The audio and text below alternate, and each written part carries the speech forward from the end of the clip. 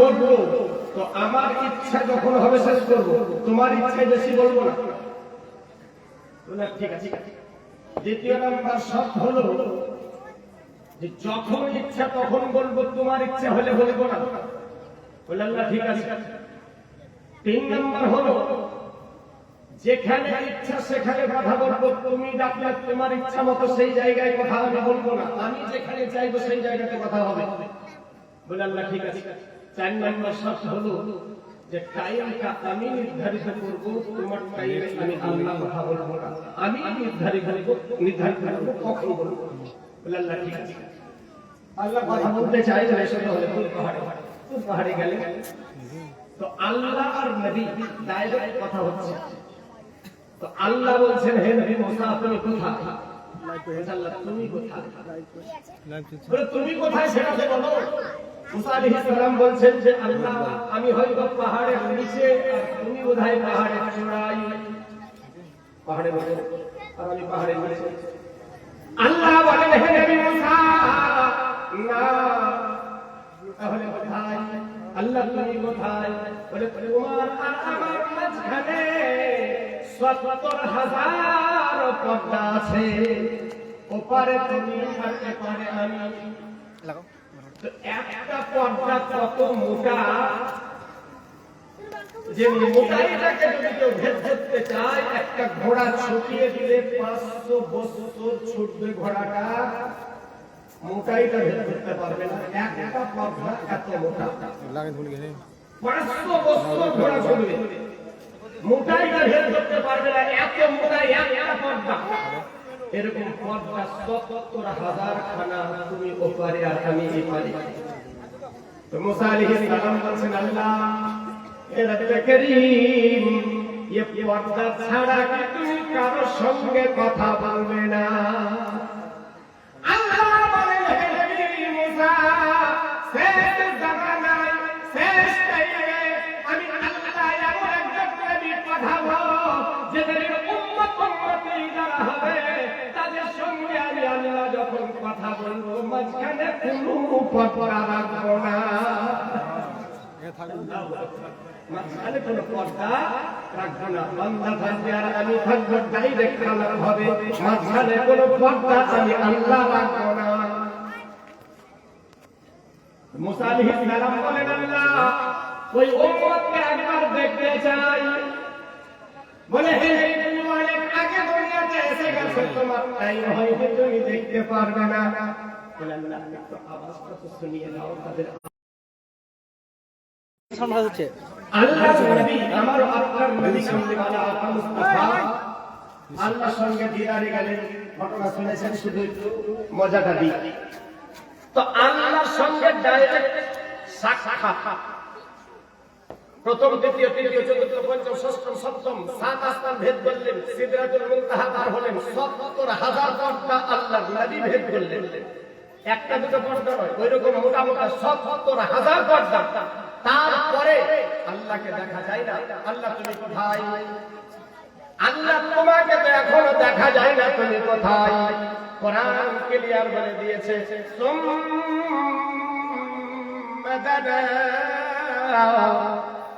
নবী গার এসো কোথায়? ৭০,০০০ পর্দার উপরে যাওয়ার পরেও আল্লাহ আরো কাছে ডাকছেন, হে নবী আগে এসো। দানাতে গিয়ে হাজির হলেন, তবুও আল্লাহকে দেখা যায় না। আবার সফর শুরু করলেন নবী,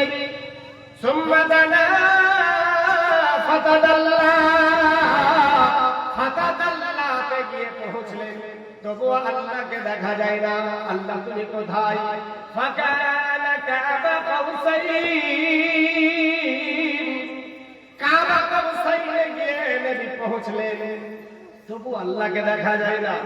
নবী কোথায় গেলেন? ব্রেন কাজ করবে।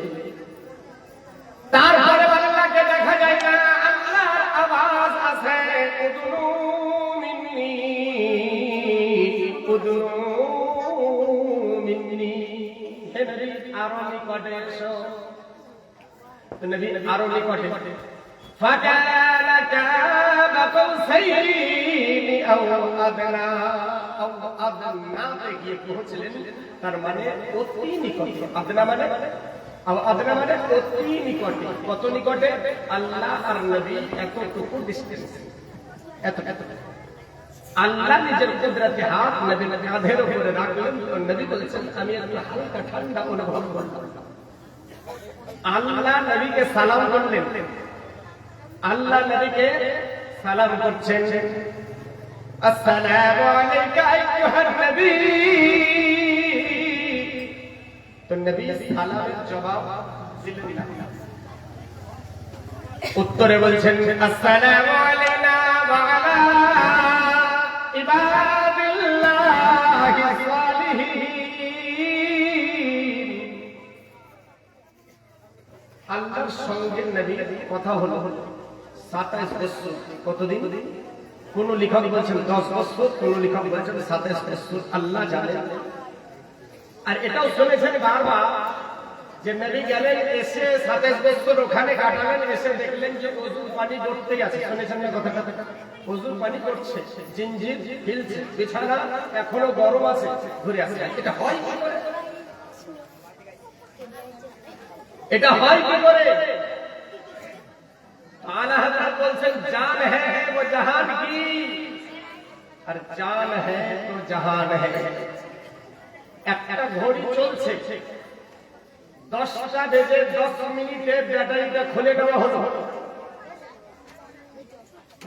10টা 10 মিনিটে ব্যাটারিটা খুলে নিলেন, আর 27 বছর পর আবার ব্যাটারিটা লাগিয়ে দিলেন, ঘড়ি চালু হলো। কটা থেকে চালু হবে? 10টা 10 থেকেই তো চালু হবে। তার মানে এখানে বোঝা গেল যে ব্যাটারিটা হলো ঘড়ির জান। জান ছিল না, ঘড়ি বন্ধ ছিল, জান লাগিয়ে দেওয়া হলো, ঘড়ি চলতে শুরু করলো। আলা হযরত বলেন নবী হলো পৃথিবীর জান, জান নাই তো সব মরা, সব বন্ধ। আল্লাহ নবী 27 বছর ওখানে থাকলেন, মানে দুনিয়ার ব্যাটারি নাই, দুনিয়া বন্ধ হয়ে গেছে। আল্লাহর নবী আবার যখন দুনিয়াতে আসলেন, দুনিয়া আবার চলতে শুরু করেছে,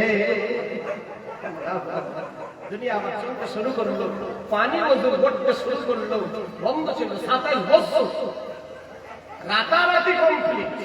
বিরাট মুজিজা। যাই হোক, আল্লাহর নবী আল্লাহর সঙ্গে বহু আলাপ করলেন। লেখক বলছেন বস খোদা থা और নবী थे तीसरा कोई नहीं। আর অন্য লেখক বলছেন अर्श आजम पे जिस दम गए मुस्ताफा, क्या अर्श आजम पे जिस दम गए मुस्ताफा, हक ताला ने सब कुछ उन्हें दे दिया, हक ताला ने सब कुछ उन्हें दे दिया। और उसी रात को फैसला ये भी हुआ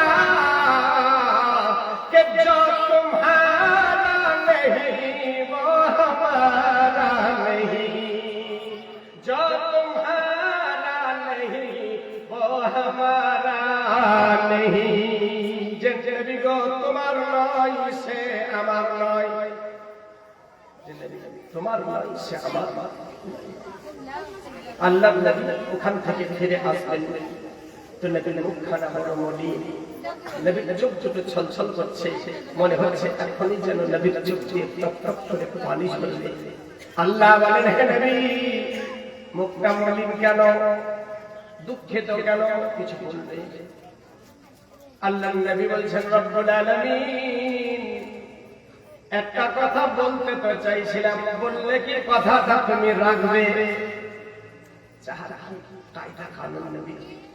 আল্লাহ মনটা তো চাই কিছু বলতে, যদি বলি তো কথাটাকে তুমি রাখবে? আল্লাহ বলেন হে নবী, কোন কথাটা তোমার রাখিনি সেটা তো আগে বলো, কোনটা রাখিনি সেটা তো বলো। নবী বলেন রব্বুল আলামিন মায়ের পেটে ছিলাম, বাবাকে দুনিয়া থেকে উঠিয়ে এতিম বানিয়ে দিয়েছো। বাবার মজা, বাবার স্বাদ, বাবার আদর, ভালোবাসা জীবনে কি জিনিস জানতে পারলাম না। 6 বছর 8 মাস বয়সে মা হারা করেছো। রাতের অন্ধকারে লুকিয়ে লুকিয়ে কান্না করেছি, কোনদিন তোমার কাছে নালিশ করিনি। রব্বুল আলামিন 8 বছর বয়সে দাদুকে দুনিয়া থেকে উঠিয়ে নিয়েছো। নবুয়ত প্রচারের জন্য যখন অর্ডার দিলে তায়েফবাসীদের কাছে গিয়ে নবুয়ত প্রচার শুরু করলাম। তায়েফবাসীরা পাগল বলে এমন ভাবে পাথরের আঘাত করলো, পাথরের বৃষ্টি বর্ষণ করলো, কচি কচি বাচ্চাদেরকে দিয়ে এমন কথা বললো, শরীরে পাথরের গর্ত হয়ে গেছে। রব্বুল আলামিন গোটা শরীর রক্তাক্ত, অচৈতন্য অবস্থায় খেজুরের বাগানে পড়েছিলাম।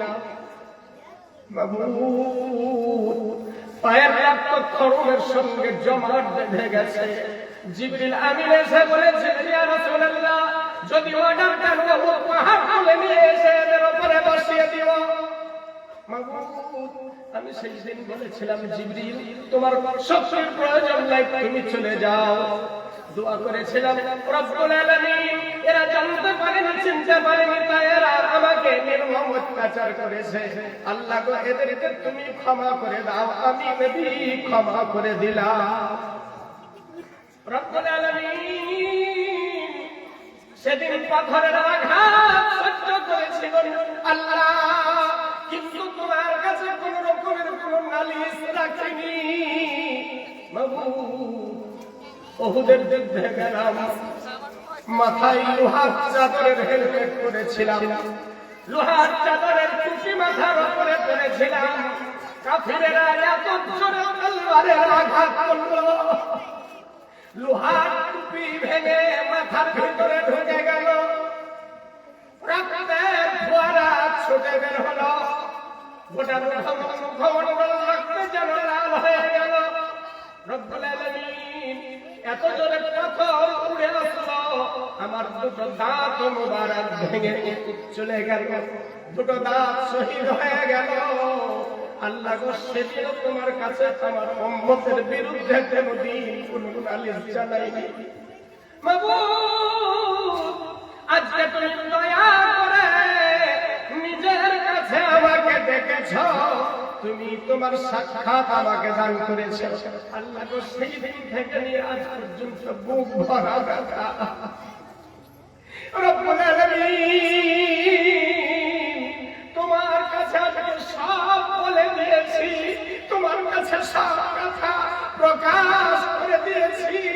মাবুদ, আমার ব্যথা ভরা মুখখানা আজকে যেন খালি হয়ে গেল, আমার মুখখানা আজকে যেন হালকা হয়েছে।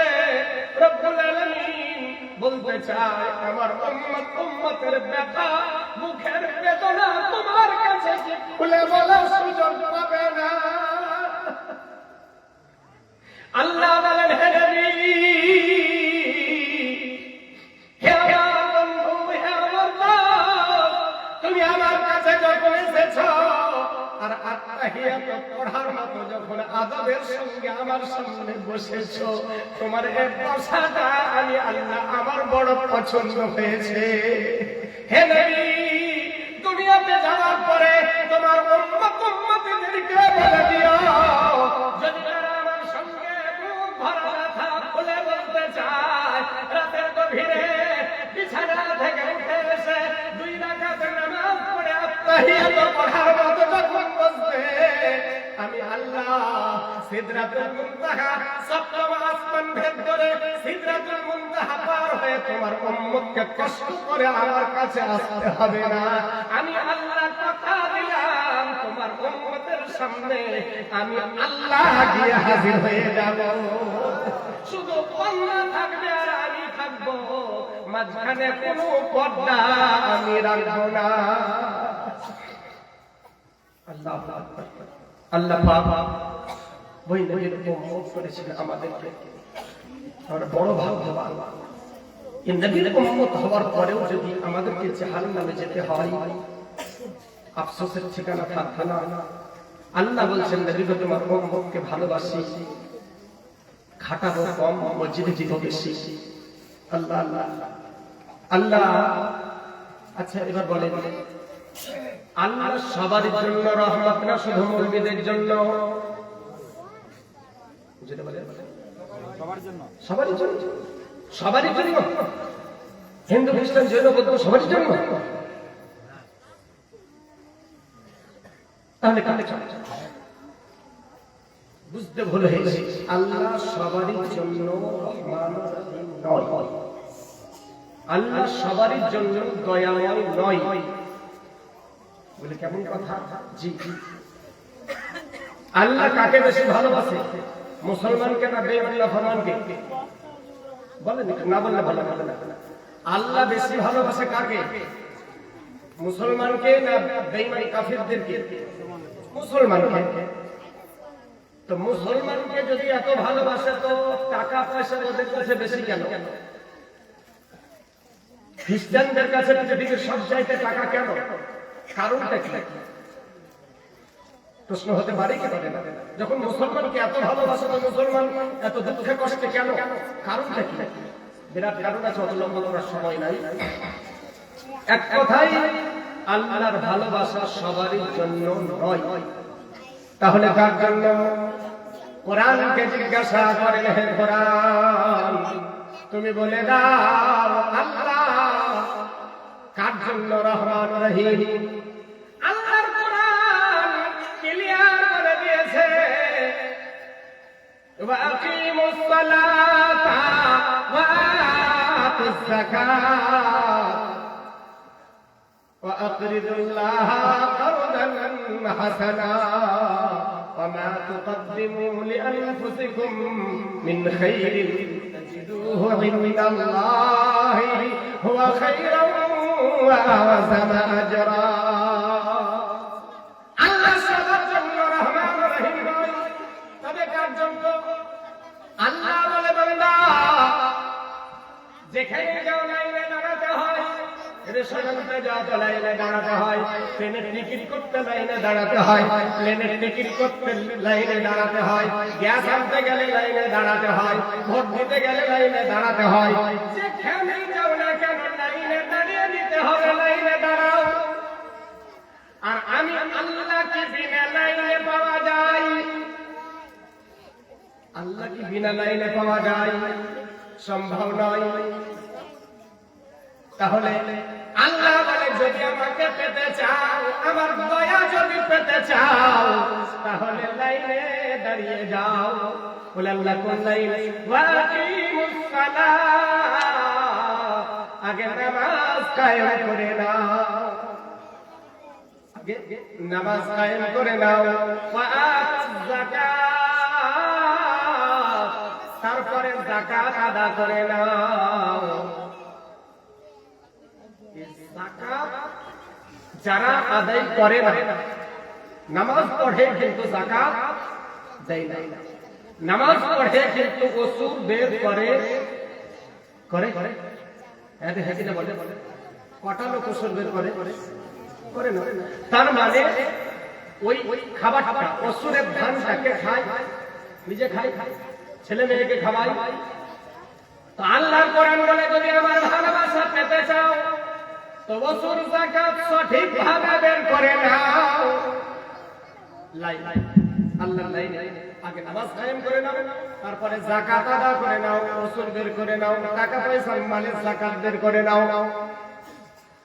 ওয়া আকরিদুল্লাহ কারদান হাসানা, তারপরে কারজে হাসানা আদা করে নাও। কারজে হাসানা কি?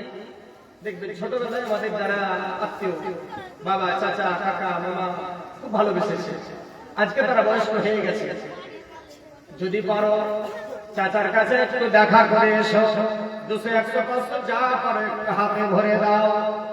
এরকম হয় না? চাচা চাচিকে মামা মামিকে 200 100 500 দেই কি দেই না?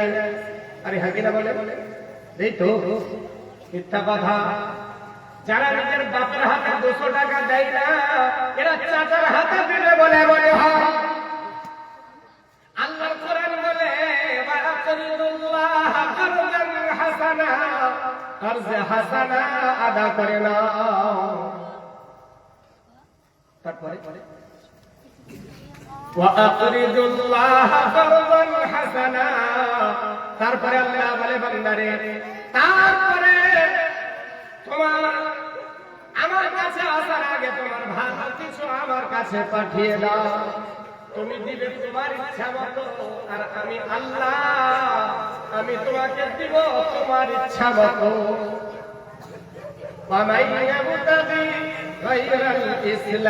ইসলামি দীনা, আল্লাহর কোরআন তারপরে বলে وما تقدموا لأنفسكم من خير تجدوه عند الله هو خيرا وأعظم أجرا واستغفر الله।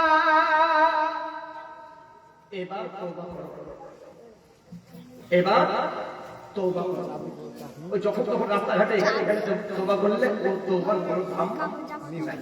যদি আমার কাছে তওবা করতে চাও তো আগে নামাজ কায়েম করে নাও, যাকাত আদা করে নাও, তারপরে কর্জ হাসানা আদা করে নাও, তারপরে এবার তওবা করো।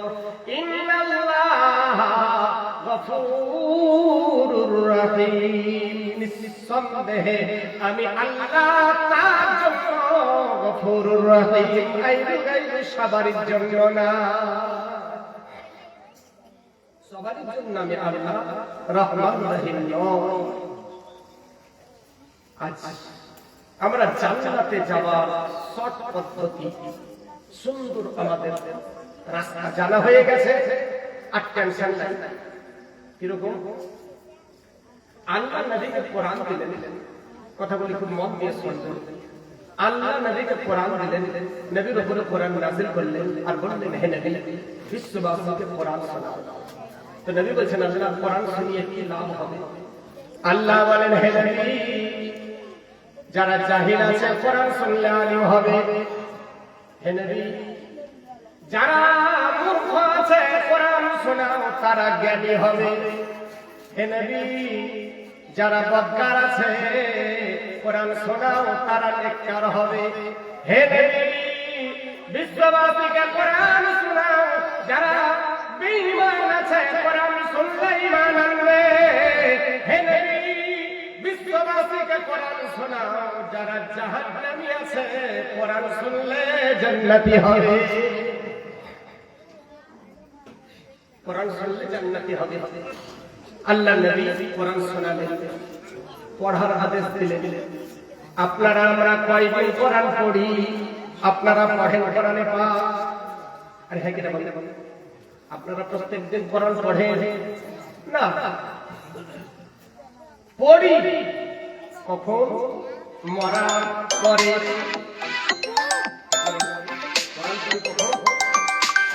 মরার পরে ভাড়া করে নিয়ে আয়, তালিম ভাড়া করে নিয়ে আয়, পাশাপাশি মাদ্রাসা আছে তোমার বাপ মরে সাথে তুমি কোরআন পড়ো, মৌলবি ভাড়া করো কেন? এরকম হয়। তারপরে এই বাচ্চারা বড় ডিস্টার্ব করছে, সব সব কয়টা এক জায়গায় বসে। তারপরে কোরআন সারা জীবন পড়লাম না, আল্লাহ বলেন হ্যাঁ কোরআন শিখতে পারলি না, পড়তে পারলি না, খুব ভালো কথা, মেনে নিলাম, তুই ভুল করেছিস জীবনে। বাল্য অবস্থায় বাপ মা শিখালো না, জওয়ানি অবস্থায় সংসারের চাপে কোরআন শিখতে পারলাম না, বয়সকালে কোরআন চাইলেও আর পড়তে পারলাম না, ব্রেন কাজ করলো না। আল্লাহ বলে ঠিক আছে তোকে ক্ষমা করলাম, কিন্তু কমপক্ষে তোর বেটা বেটিকে তো কোরআনে পাক শিক্ষা দে।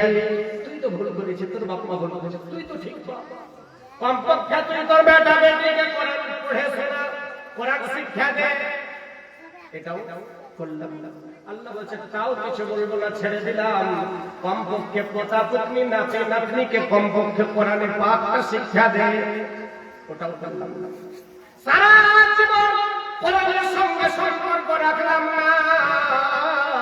আল্লাহ বলে বান্দারে, কোনদিন একটা দিন গোসল করে কোরআনে পাকটাকে অন্ধকার ঘরে ঘর বন্ধ করে যদি একবার বলতি রব্বুল আলামিন বাপ মা কোরআন শিখালো না, শিখতে পারলাম না, আল্লাহ তোমার কোরআন দিল থেকে ভালোবাসি, আল্লাহর কোরআনটাকে যদি একবার কপালে লাগাতি, সিনাতে লাগাতি, আল্লাহকে বলতি রব্বুল আলামিন দুনিয়ার সব পারলাম, কোরআন পড়তে পারলাম না, কিন্তু তোমার কোরআন বড় ভালোবাসি, তোমার কোরআনকে বড় বিশ্বাস করি গো মাবুদ। কিয়ামতের দিন আমাকে ধরিও না, আমি জবাব দিতে পারবো না, আল্লাহ কিয়ামতের দিন আমাকে ক্ষমা করে দিও।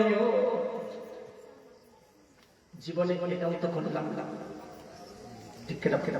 জীবনে এটাও কোনোদিন করার সুযোগ পেলাম না। আল্লাহ বললেন কলমা পড়ো।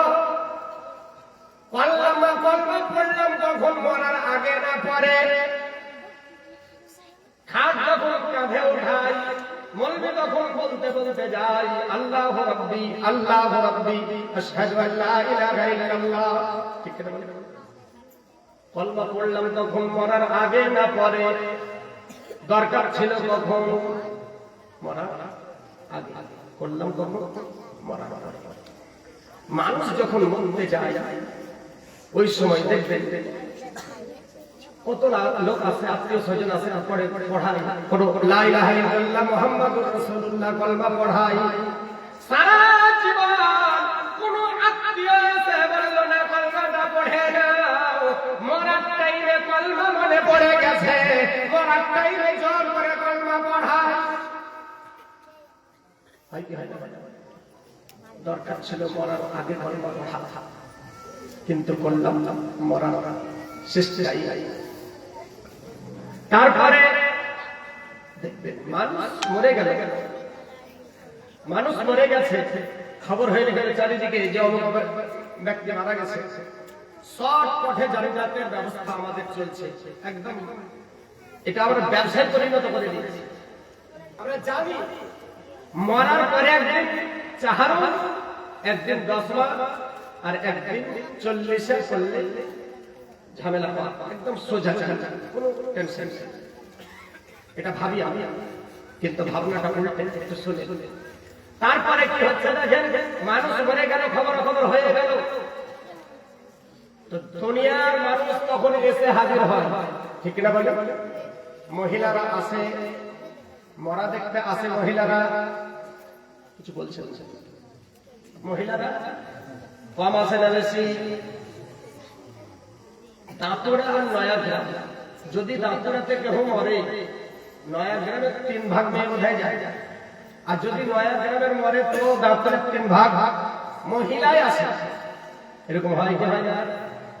2টা গরু জবাই হয় কি হয় না? 2-3টা গরু জবাই হয় না? হয়।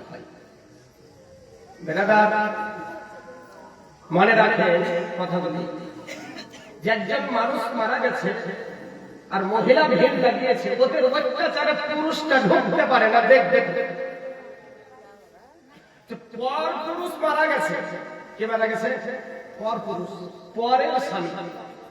জীবিত থাকাকালীন পর পুরুষের সঙ্গে সাক্ষাৎ করা জায়েজ ছিল? হ্যাঁ বলে ছিল না।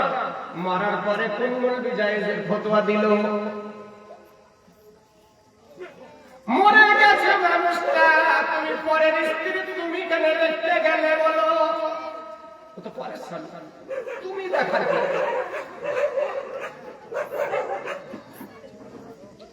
তারপরে কোন মেয়ে মারা গেছে, কোন মহিলা মারা গেছে, পুরুষেরা দলের দল আছে কি আছে না? দেখে কি দেখে না? একটা মেয়ে সারা জীবন নিজের মুখটাকে চেহারাটাকে লুকিয়ে রাখলো, পরপুরুষকে দেখালো না, আর ওই পরেজগার মেয়ে ইন্তেকাল করেছে, মারা গেছে। সারা জীবন যে মুখখানা সকলের কাছ থেকে ঢেকে রাখলো, মরার পরে মুখখানা খুলে দিয়ে গোটা পাড়ার যুবকরা সেদিন দেখে দিল। এরকম হয় কি হয় না? এই মুখটা দেখার অধিকার দিল কে? আত্মীয়রা। সারা জীবন যে লুকিয়ে রাখলো, মরার সময় খুলে দেওয়া হলো। এ পাপের হকদার বানানো কে? আচ্ছা, এটা যে করি জায়েজ মনে করে করি বা না জায়েজ মনে করে করি, এটা জানি যে আমরা জায়েজ আছে, ঠিক না? জায়েজ মনে করে করি অপরাধ। তারপরে এবার লাশ ধোয়াতে হবে, লাশটাকে ধোয়াতে হবে। খোলামেলা ধোয়াই না মশারির ভিতরে, লাশ ধোয়াতে হবে। কেন? গোসল দেওয়াতে হবে কেন? গোসল মনে পড়তো কখন? মরার আগে না পরে? বেঁচে থাকাকালীন গোসলের কথা মনে পড়েনি, বেঁচে থাকাকালীন নাপাক হয়েছে, পাক হতে হবে মনে পড়েনি। নতুন বিয়ে বিবির কাছ থেকে রাতে বাসন ঘর থেকে বের হলো, সকালবেলায় ভোরবেলায় গোসল করে পবিত্র হয়ে ফজরের নামাজ পড়তে হবে মনে পড়েনি, গোসলের প্রয়োজন মনে করেনি। যদিও প্রয়োজন মনে করেছে, লজ্জা লেগেছে, গোসল করতে পারেনি, লজ্জায় যুবক গোসল করতে পারে। সারা জীবন কাটিয়ে দিল, গোসলের চিন্তা ভাবনা ছিল না। মরার পরে গোসলের কথা মনে পড়েছে, এবার গোসল দিতে হবে। ঠিক কিনা? দরকার কি ছিল? যখন বেঁচে ছিল তখন নাপাক হয়েছিল, তখন গোসল করো। কিন্তু যুবকেরা তখন গোসলের চিন্তা ভাবনা করে না, মরার পরে গোসল মনে পড়েছে। আচ্ছা, গোসলটা যে দেয় মশারির ভিতরে দেয় না বাইরে? ভিতরে। মশারির রং কেমন? কেন? কালো রং এই জন্যই নেওয়া হয়, বাইরে থেকে ভিতরটা যেন দেখতে না পায়। গোসল করবে পর্দার ভিতরে। কোথায়? গোসল করবে করাবে পর্দার ভিতরে, বাইরে থেকে দেখা না যায়। পর্দা মানে পড়তো কখন? মরার আগে না পরে? মরার পরে। মৌলবি চিল্লিয়ে চিল্লিয়ে গলা ফাটিয়ে দিল, ইমাম সাহেব বলে বলে পেরেশান হয়ে গেল, এরা পর্দা করো, পর্দা করো, পর্দা করো। সেদিন পর্দা মনে পড়লো না, পুকুরে গোসল করেছে বেহায়ার মতো, বেলজ্জার মতো, সেদিন পর্দা মনে পড়লো না। টিউবওয়েল রাস্তার ধারে, টিউবওয়েল হাজারো পুরুষ রাস্তা দিয়ে গেছে, ছায়া করে গোসল করেছে, সেদিন পর্দা মনে পড়লো না। মরার পরে যেদিন তার দিকে কেউ ঘুরে তাকাবে না, সেদিন বলে কেন মশারি নিয়ে আয়, বাইরে থেকে যেন দেখা না যায়, নিয়ে আয় পর্দা। ঠিক কিনা? যেদিন তার দিকে কেউ ঘুরেও দেখতে না, যেদিন দেখার ছিল সেদিন পর্দার প্রয়োজন মনে করে, কিন্তু যেদিন দেখবে না সেদিন পর্দা নিয়ে আয়। নিয়ে আয় গেল মশারি, আতর নিয়ে আয়, গোলাপ জল নিয়ে আয়, কর্পূর নিয়ে আয়, ঢিল নিয়ে আয়। বলে কেন? ঢিল কি হবে? বলে নবীর সুন্নাত। গোলাপ জল কি হবে? নবীর সুন্নাত। আতর কি হবে? নবীর সুন্নাত। সুরমা কি হবে? নবীর সুন্নাত। সারা জীবন বেঁচে থাকাকালীন একটা সুন্নাতের সঙ্গে সম্পর্ক রাখলো না, মরার পরে সব সুন্নাতের ভিড় লাগিয়ে দিয়েছে। নিয়ে যা, যত লাগে সুন্নাত আজকে শেষ করে দে। সারা জীবন যারা সুন্নাতের সঙ্গে সম্পর্ক রাখলো না, মরার সময়, মরার পরে সুন্নাত আদা করে কিছু হবে বলে মনে হয়। কি করলাম জীবনে? তারপরে লাশ নিয়ে চলে গেল ঈদগাহে, জানাজার টাইম হয়েছে, জানাজা শুরু হবে। এমন সময় দেখবেন বেটা দাঁড়িয়ে বলে, আসসালামু আলাইকুম, যিনি ইন্তেকাল করেছেন তিনি আমার বাবা। ভুল ভাল যদি করে থাকে জীবনে, আমার বাবাকে আপনারা দয়া করে ক্ষমা করে দিবেন। বলে না? এটা একটা ব্যবসা। কি বলে? এটা একটা ব্যবসায় পরিণত হয়ে গেছে। 60-70 বছর বাঁচলো, ভাইয়ের হক মেরে খেয়ে ভাইয়ের জমি দখল করলো, বাবাকে হসপিটালে নিয়ে যাওয়ার নাম করে রেজিস্ট্রি অফিসে নিয়ে গিয়ে সব জমি একা একা রেজিস্ট্রি করে নিল বাবার কাছ থেকে। 10 কাঠা জমির জন্য সারা জিন্দগি বোন শ্বশুর বাড়িতে লাঞ্ছনা গঞ্জনা খেয়ে জীবনযাপন করলো। তার জিন্দা থাকা মরা দুটোই সমান করে দিল। 10 কাঠা জমি তাকে দিল না। সারা জীবন ভাইকে কাঁদালো, বোনকে কাঁদালো। মরার আগে মাফ চাহার সময় পেল না। মরার পরে বেটা দাঁড়িয়েছে, আমার বাপকে ক্ষমা করে দাও। চাইলে দরকার তো ছিল বেঁচে থাকাকালীন ক্ষমা চাইতে হতো। মরার পরে কি সিস্টেম আমাদের, কি সুন্দর পদ্ধতি আমাদের। বেটা চাইলে মাফ করে দিল। তারপরে আরেকটা কথা বলে, পাওনা দাওনার যদি হিসাব থাকে একটু জানাবে। আর বাইরের যারা মেহমান আছেন ডাল ভাতের ব্যবস্থা আছে, একটু খেয়ে যাবেন নাকি। আর কিছু বলে? বলে না। আল্লাহ বলে জিবরিল ওখানে কিসের ভিড়? বলে আমরা একটু অমুক বাপ মারা গেছে, ভুলটুর মাপ চাইছে, আছে পাওনা দাওনার হিসাব চাইলো, আর বাইরে মেহমানদেরকে দাওয়াত দিল। আল্লাহ বলে আর কিছু বললো না? কই আর তো কিছু বললো না। আর কিছু বললো না। আল্লাহ বলে জিবরিল যেই মুখখানা দিয়ে তার বাপের জন্য ক্ষমা চাইল, যেই মুখখানা দিয়ে পাওনা দাওনার হিসাব চাইল, যেই মুখখানা দিয়ে বাইরের মেহমানদেরকে দাওয়াত দিল, ওই মুখখানা দিয়ে যদি একবার আমাকে বলতো রব্বুল আলামিন আমার বাপ যদি তোমার কাছে ক্ষমা মানে কোনো অপরাধ করে থাকে, আল্লাহ গো আমার বাবাকে তুমিও যেন ক্ষমা করে দিও। কিন্তু বলে কোনদিন কোন জানাজায় শুনেছেন? রেহাকিরা বলে শুনেছেন আল্লাহর কাছে কেউ ক্ষমা চাইত না। বেটা বাপের জন্য আল্লাহর কাছে ক্ষমা চাইত না।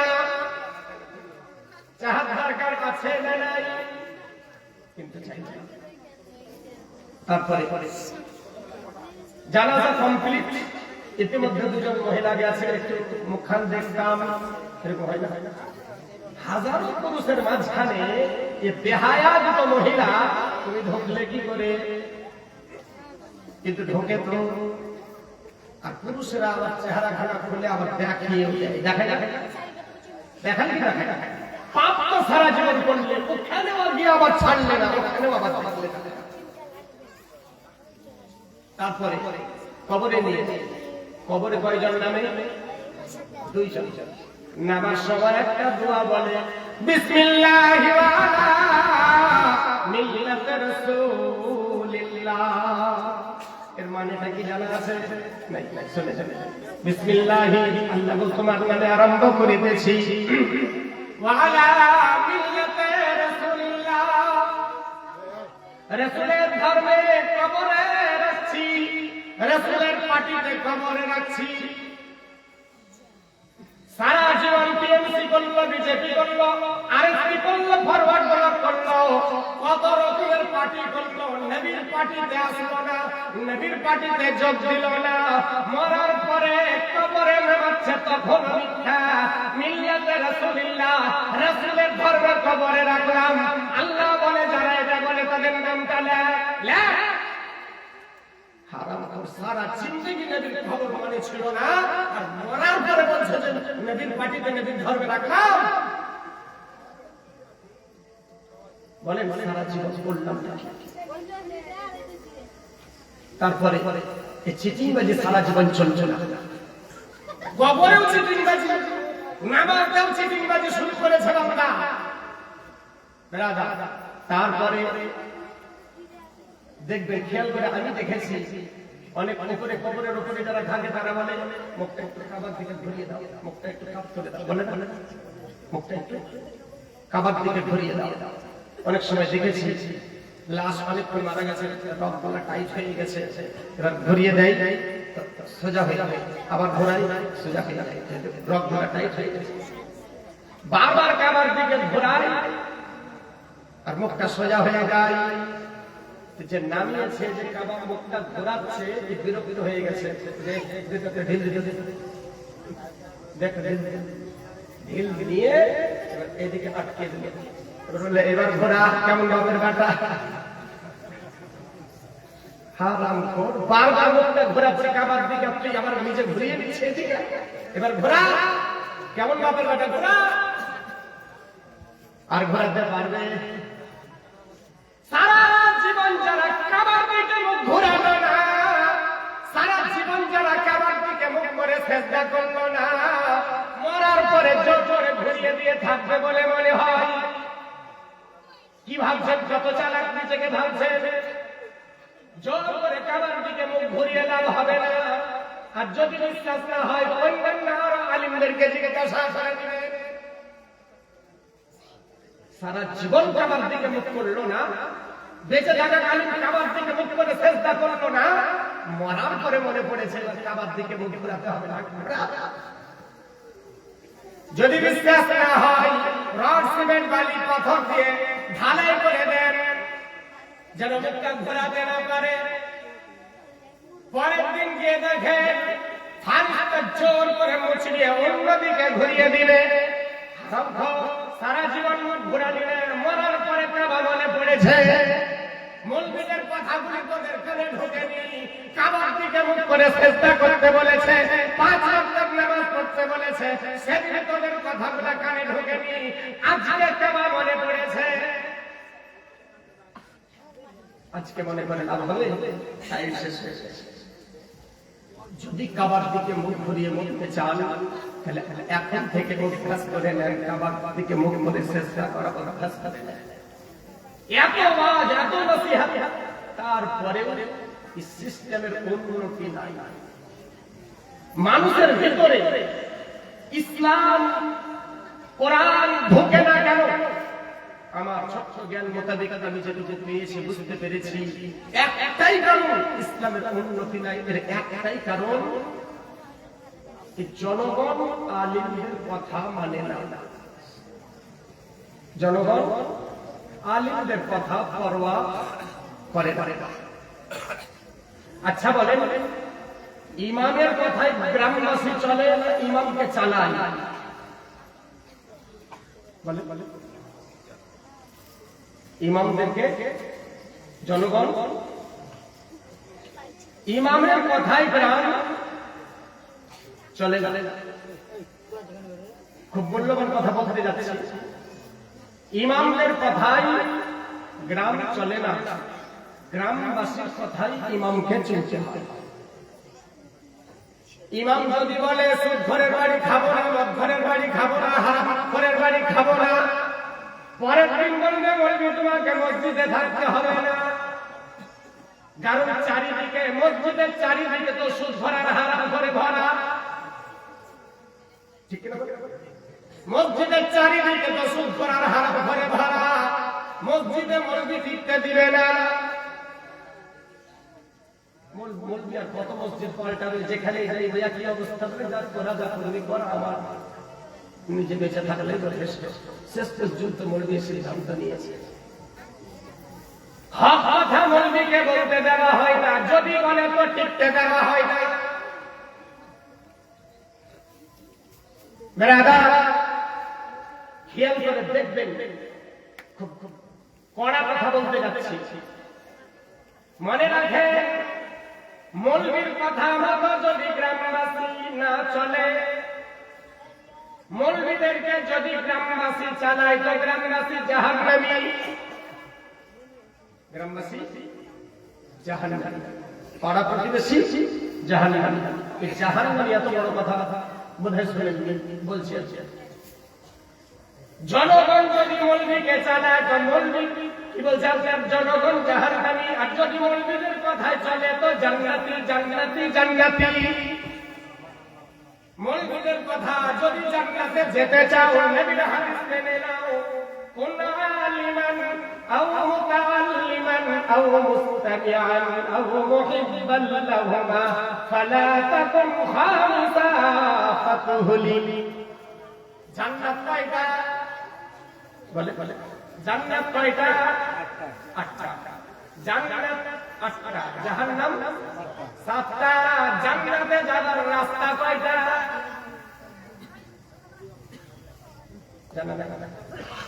জান্নাতে যাবার রাস্তা কয়টা? 8টা জান্নাত, কিন্তু রাস্তা 4টা। কি কি? 1 নম্বর হলো যদি জান্নাতে যেতে চাও তো 1 নম্বর কথা আলিম হয়ে যাও। আলিম, আপনারা আলিম হয়েছেন? আপনারা আলিম হয়েছেন না? তার মানে এই রাস্তা আপনাদের জন্য বন্ধ। এই রাস্তাতে যাবে আলিম যান। 2 নম্বর রাস্তা যদি মৌলবি হতে না পারো তো তালিব ইলম হয়ে যাও। আপনারা তালিব ইলম হয়েছেন না? তার মানে এই রাস্তাটা আপনাদের জন্য বন্ধ। 3 নম্বর রাস্তা 3 নম্বর রাস্তা মৌলবি হতে পারলে আপত্তি নাই, তালিব ইলম হতে পারলে না আপত্তি নাই, কমপক্ষে মৌলবি সমাজ যেটা বলছে ওটা মেনে না। মৌলবিদের কথা জনগণ মানে না। যদি মানত গ্রামে বিয়ে বাড়িতে ডিজে বাজত না, নয় গ্রামে বাজে কি বাজে না? কোন ইমাম বলেছে সে সামনে আছে নামটা বলেন? বলেছে? কোন ইমাম বলেছে ডিজে বাজাতে? বাধা দিয়েছে না দেয়নি? নিষেধ করেছে না করেনি? জনগণ মেনেছে। কত কীর্তিনা হয়ে গেল। এই ডিজে বাজানো মানে বন্ধ করার জন্য কত চেষ্টা না চালানো, সব ডাক্তার হলো না, আজও চলছে। মৌলবি নিষেধ করেছে না করেনি? বেটার বিয়ে ট্রিটমেন্ট নিতে মৌলবি নিষেধ করেছে না করেনি? জনগণ মেনেছে।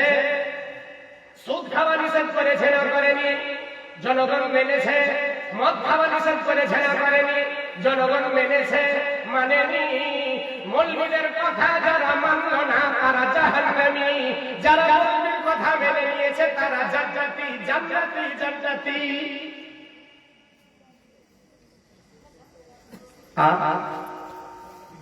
মায়েরা আপনারা একটা কথা মনে রাখেন, স্ত্রীর স্বামীকে চালায় না, স্বামীর কথাই চলে।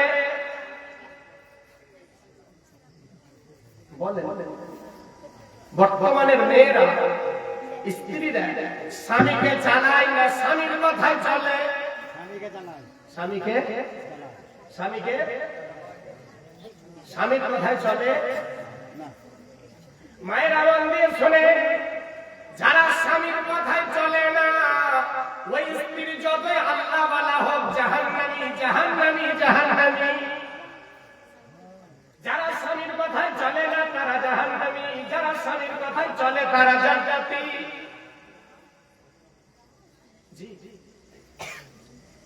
আল্লাহ স্বামীর খিদমত করতে বলেছিলেন, ঠিক এটা? আল্লাহর পরে পরে যদি কারো স্থান ছিল মেয়েদের কাছে, তো স্বামীর স্থান ছিল। আর বর্তমানে তার উল্টা হয়ে গেছে। জান্নাত এত সোজা নয়। যদি জান্নাতে যেতে চান তো যে কথাগুলি বলছি মেনে নেন, ইনশাআল্লাহ জান্নাতি। এটাই হচ্ছে জান্নাতের রাস্তা। তার মধ্যে 3টা হলো মৌমাছি, গাড়ি যখন চলে থাকে চাকা, একটা টায়ার আর একটা টিউব, হাওয়া যাতে থাকে টিউবে। তো টায়ারটার কি দরকার? টিউবটা হলো বড় দুর্বল, লোড সহ্য করতে পারবে না, কাটা সহ্য করতে পারবে না। যার জন্য বিজ্ঞানীরা, ইঞ্জিনিয়ার যারা বড় বড় তারা গবেষণার আলোচনায় বড় চিন্তা ভাবনা করার পর একটা মোটা রবার দিয়ে টায়ার তৈরি করলো, আর টায়ারের ভিতরে টিউবটাকে ভরলো। তার কারণ টিউবটা যেন হেফাজতে থাকে, টিউবটা হেফাজতে থাকে। আল্লাহ পাক মেয়েদেরকে দুর্বল আকারে তৈরি করেছে।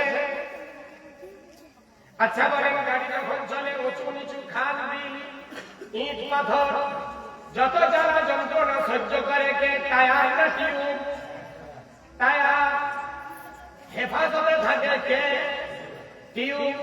আল্লাহ পাক মেয়েদেরকে দুর্বল আকারে তৈরি করেছে আর পুরুষদেরকে তৈরি করেছে মোটা রবার দিয়ে টায়ার। সংসারে জ্বালা যন্ত্রণা সহ্য করবে কে? টায়ার না টিউব? ছেলের অসুখ, মেয়ের অসুখ, বাবার অসুখ, মায়ের অসুখ, এ জ্বালা যন্ত্রণা সহ্য করবে কে? স্ত্রী না পুরুষ?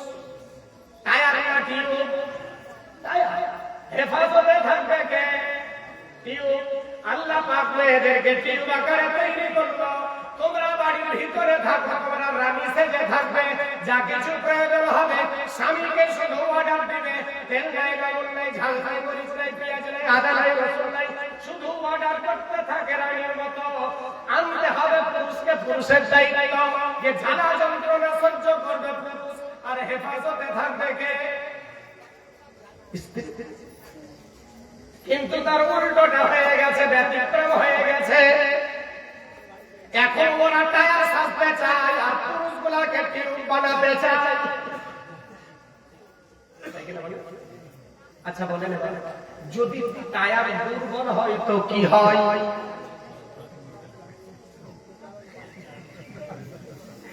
টায়ার যদি দুর্বল হয় বারবার পাংচার হয়। এখন হচ্ছে না, হয় না? তার মানে সংসারে সুখ শান্তি নাই। এক অপরের সঙ্গে খালি মোবাইলে সম্পর্ক বানাই। স্বামী দিল্লি, বোম্বে, গুজরাট, হরিয়ানাতে ইনকামের জন্য যায়, আর স্ত্রী খালি অন্যজনের সঙ্গে এরকম হয়। এর ভিতরে বিরাট কারণ আছে। কারণটা কি? মেলা কারণ আছে। আল্লাহ বলে, বান্দা তোমাকে ছোট থেকে আমি আল্লাহ বড় করলাম, জবানি দিলাম, জবানি দিয়েছি। এবার যখন প্রয়োজন হয়েছে জীবন সঙ্গী, জৈবন সঙ্গী তোমাকে একটা দিয়েছি। দিয়েছেন আল্লাহ বলে, বান্দারে বিবেক বিয়ে করে বাড়িতে নিয়ে আসলে, স্বামী স্ত্রীর রাত কাটালে, ভোর বেলায় উঠে ওযু করে গোসল করে 2 রাকাত নামাজ যখন পড়বে না, আমি আল্লাহ বিরাট বড় নিয়ামত স্ত্রী তোমাকে দিয়েছিলাম। স্ত্রী বিরাট বড় নিয়ামত দিয়েছিলাম। আর যখন নিয়ামত পাওয়ার পরে শুকরিয়া আদায় করবে না, আমি আল্লাহ ওই নিয়ামতটাকে গজব বানিয়ে দিব। দিয়েছে না দেয়নি? আল্লাহর বান্দা যখন স্ত্রী পাওয়ার পরে আল্লাহর কাছে শুকরিয়া আদায় করল না, আল্লাহ বলে, বান্দা থাক, মজা দেখাচ্ছি, তোর স্ত্রীর তোর জন্য গজব বানিয়ে দিচ্ছি। দেওয়ার সঙ্গে মুচকি হেসে কথা বলে, স্বামীর সঙ্গে দেখলেই জ্বলে পুড়ে মরে। আর বলেন ভাই, কার কার স্ত্রী এরকম একটা হাত উঠা?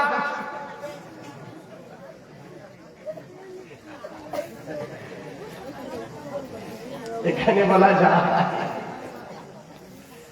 ভিতরে চলবে, ফুলবে, কিন্তু বলবে আল্লাহ বলে, বান্দারে তারপরে স্বামী স্ত্রীর মিলনে আমি আল্লাহ ফুটফুটে একটা বাচ্চা দিলাম। বাচ্চাকে কত চুমু খেয়েছ, বাচ্চাকে কত আদর করেছ, বাপ চিনিয়েছ, মা চিনিয়েছ, নানা নানি, দাদা দাদি, চাচা চাচি, ফুফা ফুফি সবকে চিনিয়েছ। আমি আল্লাহ বাধা দিও না, কিন্তু বাচ্চাকে আমার সঙ্গে কেন পরিচয় করালে না? আল্লাহ বলে, বান্দা আমার সঙ্গে তোমার বেটার পরিচয় কেন করালে না? সব চিনালাম, আল্লাহকে চিনালাম। আল্লাহ বলে, বান্দা যদি আমি বেটা বেটি না দিতাম তাহলে দুনিয়ার মানুষ তোমাকে এক একজন এক এক নামে ডাকতো, এমন এমন কথা বলতো, তোমার কলেজে আঘাত দিত। আমি আল্লাহ বেটা বেটি দিয়ে তোমার মান সম্মান রক্ষা করে নিয়েছি। বেটা বেটি পাওয়ার পর খুব মিষ্টি খাওয়ালে, পাড়ার লোককে মিষ্টি বাটলে, কেন এসে 2 রাকাত নামাজ পড়ে আমার কাছে শুকরিয়া আদায় করলে না? আল্লাহ বলে, বান্দারে ঠিক আছে, আমার যখন শুকরিয়া আদায় করবে না, ওই বেটা বেটি তোমার জন্য নিয়ামত বানিয়ে দিয়েছিলাম, আল্লাহ আমি এবার তোমার জন্য গজব বানাচ্ছি। দেখো বেটা বেটি দিয়েছে, কিন্তু গজব বানিয়ে দিয়েছে। ওই স্ত্রী রহমত হিসাবে আল্লাহ দিয়েছিল, কিন্তু স্বামী হয়ে যখন আল্লাহ শুকরিয়া আদায় করল না, তো আল্লাহ ওই স্ত্রী পাল্টানি, ওটাই কিন্তু গজব বানিয়ে দিয়েছে। না পারে গিলতে, না পারে ফেলতে, এমন আল্লাহ দিয়েছে না দেয়নি? আল্লাহ বলে, বান্দারে এত রকম নিয়ামত কত রকমের ফল, কত রকমের মিষ্টি মিঠান্ন, কত কিছু দুনিয়ার যত রকম ভালো খাবার তোমাদেরকে খাওয়ালাম। সিজনে, প্রত্যেক সিজনে দরজায় দরজায় আম পৌঁছিয়েছি, দরজায় আপেল পৌঁছিয়েছি, দরজায় দরজায় যত ফলমূল তোমার দরজায় পৌঁছিয়ে দিয়েছি। কিনেছো আর খেয়েছো, তোমাকে বাজারে কষ্ট করে যেতে হয়নি। আমি আল্লাহ, আমি দয়াময়, তোমার বাড়ির দরজার সামনে পৌঁছিয়ে দিয়েছি। কিনলে আর খেলে এত দামি দামি ফল খাবার পরে কেন আমার কাছে এসে শুকরিয়া আদায় করলে না? কেন ঘুরে গেলে নামাজ পড়ে আমাকে বললেন আল্লাহ তোমার লাখ লাখ শুকরিয়া। আমি তো আপেল খাবার যোগ্য ছিলাম না, আমি তো মিষ্টি খাবার যোগ্য ছিলাম না, তুমি আমাকে দয়া করে মিষ্টি খাইয়েছ, তুমি আমাকে বিরিয়ানি খাইয়েছ, তুমি আমাকে পোলাও খাইয়েছ। আমি তো পোলাওয়ের যোগ্য ছিলাম না, আমি তো খাসির মাংসের যোগ্য ছিলাম না, তোমার লাখ লাখ শুকরিয়া। আল্লাহ বলে বান্দারে, যখন খাবার খেলে শুকরিয়া আদায় করলে না, আমি আল্লাহ ওই খাবারটাকে তোমার জন্য গজব বানিয়ে দিচ্ছি। থামো, দিল সুগার, মিষ্টি খাওয়া চলবে না, আলু খাওয়া চলবে না, মূলা খাওয়া চলবে না, মাটির নিচের কোন জিনিস খাওয়া চলবে না। দিল সুগার কেমন হবে? মিষ্টি সামনে রাখা আছে, খাওয়া হিন্দু তাকে তো খা দিয়েছে না দেয়নি? কার কার সুগার একটু হাত উঠা।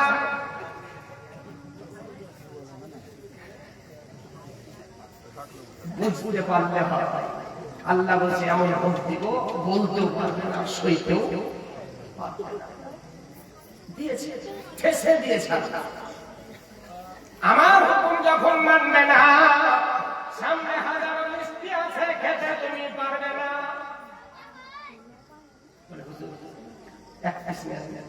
হুজুর বলছে ফুল সুগার খেলেই মরতে হবে, তাহলে হুজুর মরবেন, খেয়ে মরে এরকম হয় কি হয় না? আল্লাহ বলে বান্দা এমন নিয়ামত খাওয়ালাম, তারপরেও যখন শুকরিয়া আদায় করবে না, ওই খাবার দুনিয়াতে থাকবে কিন্তু আমি আল্লাহ তোকে খেতে দিব না। এটা আল্লাহ পারি। বাড়ি আসি, গাড়ি আসি, বাথরুম পর্যন্ত এসি লাগানো আছে, এমন ব্যক্তি আছে না?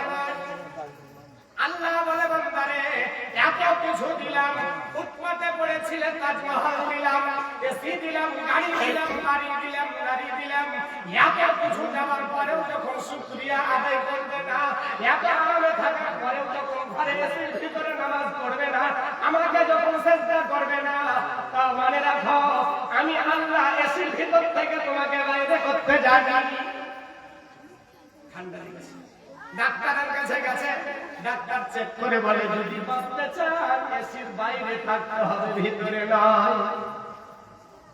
বাড়ির সবাই থাকবে, তুই থাকতে পারবি না, তুই গরমে চলবি আর পড়বি আর মরবি, কারণ এসি দেওয়ার পরেও তুই আমাকে মনে করিসনি, আমাকে ভুলে গেছি, আমাকে যখন ভুলবি দুনিয়া সবাই এসিতে থাকবে, তুই থাকতে পারবি না, তোকে আমি ভিতরে রাখবো না। বেটা বেটির জন্য তাজমহল বানিয়েছি, বেটা বেটি থাকবে, তুই থাকতে পারবি না, যা কানটাতে যা। হয়েছে না?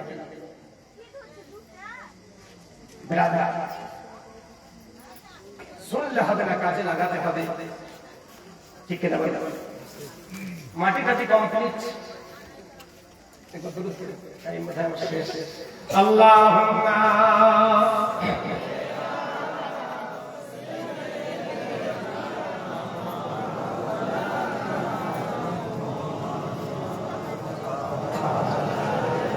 وعلى آل سيدنا مولانا محمد وعلى آل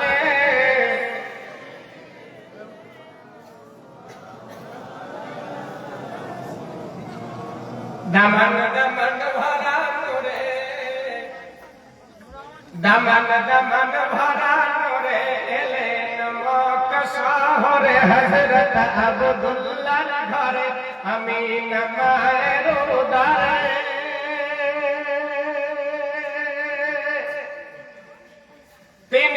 শফিউল মুযনিবিন রাহমাতাল লিল আলামিন তিনি শফিউল মুযনিবিন রাহমাতাল লিল আলামিন মুহাম্মদ আল আরবি নবী নবী নবী নবী নবী নবী নবী নবী নবী নবী নবী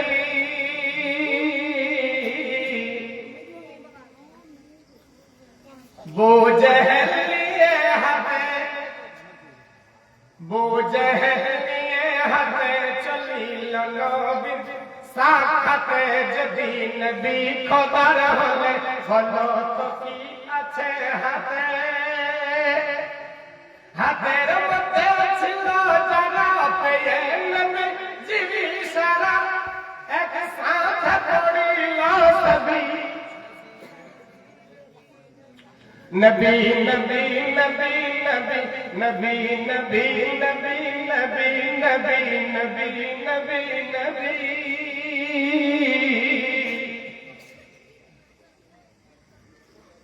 उमर तलवार निये हाथे चलिल नबीर भारते नबीर माथा केटे काटे उमर अनीबे साथे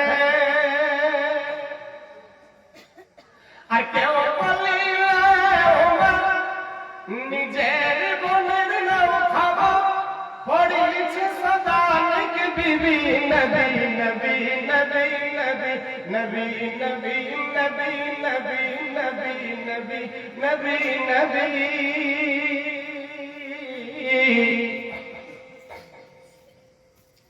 উমর ভাবে মনে মনে উমর ভাবে মনে যদি কলমা পড়ে মনে তাহাকে পাপ যেখানে কতল করিব সেখানে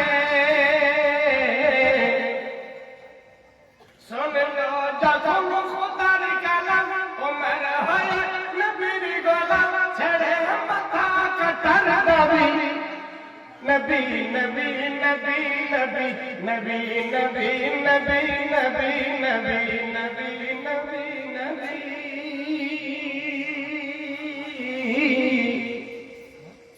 আল্লাহু আকবার লেখক বলছেন মানুষ যেদিন মানুষ হবে মানুষ সেদিন খোদা পাবে নইলে পশু হয়ে মারা যাবে কোরআনেতে বলে কোরআন বলছে যারা আল্লাহর কথা মানলো না আল্লাহ বলছে বান্দা তুমি মানো আর নাই মানো আমি তোমাকে দুনিয়া থেকে উঠিয়ে নিয়ে আসবো আনন্দ তো বটেই কিন্তু আনার দুটো পদ্ধতি আছে একটা বন্ধুর মতো ডাকবো একটা বন্ধুর মতো ডাকবো আর একটা কুত্তার মতো ডাকবো একটা কুত্তার মতো আনবো আর একটা বন্ধুর মতো আনবো তুমি আসবে কিভাবে সেটা তুমি ভাবো আচ্ছা বলে বলে দুনিয়াতে যখন এসেছি কি কি এনেছি কি কি এনেছিলাম বলে বলে কিছু আছে খালি হাতে বেশ কয়েকটা জিনিস আমরা এনেছি জানি না আমাদেরকে যা বলা হয়েছে শেখানো হয়েছে ওটাকে শিখেছি যে খালি হাতে এসেছি আর খালি হাতে যা এটা নয় কিছু এনেছি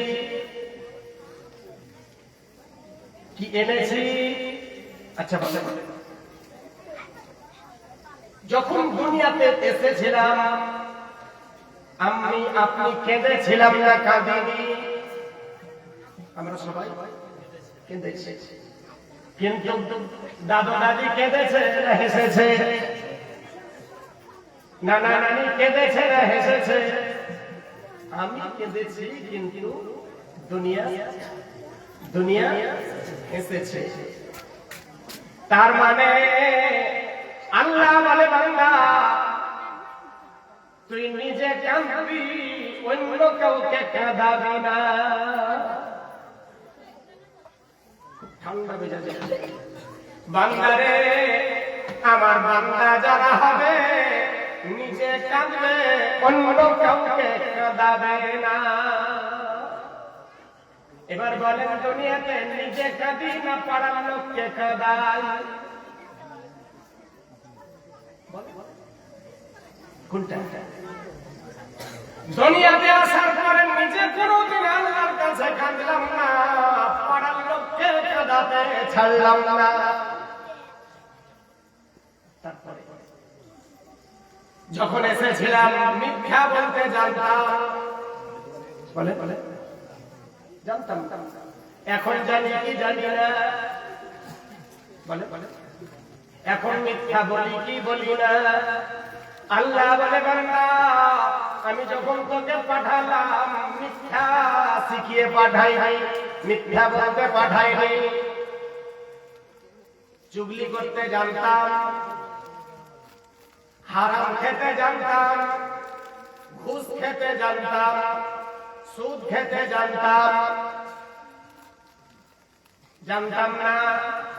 আল্লাহ বলে বান্দা রে, আমি আল্লাহ তোকে যেভাবে পাঠালাম নিষ্পাপ করে, ওইভাবে আমি তোকে চাই। যেভাবে পাঠিয়েছি ওইভাবে চাই।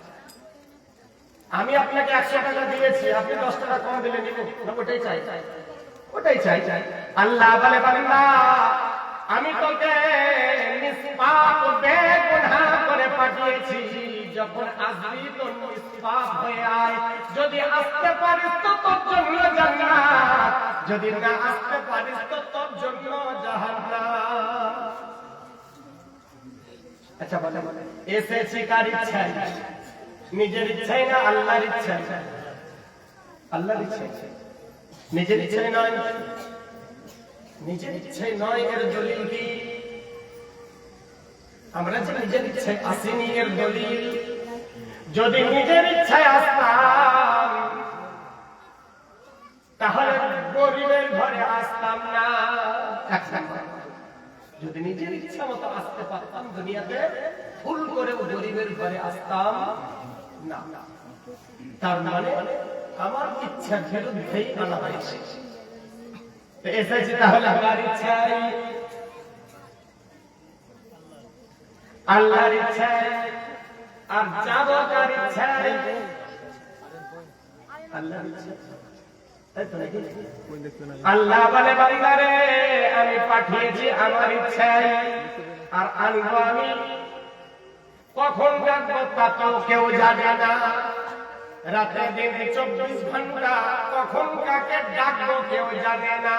কোন মৌলবি, কোন মুফতি, কোন মুহাদ্দিস, কাউকে আমি জানতে দেইনি।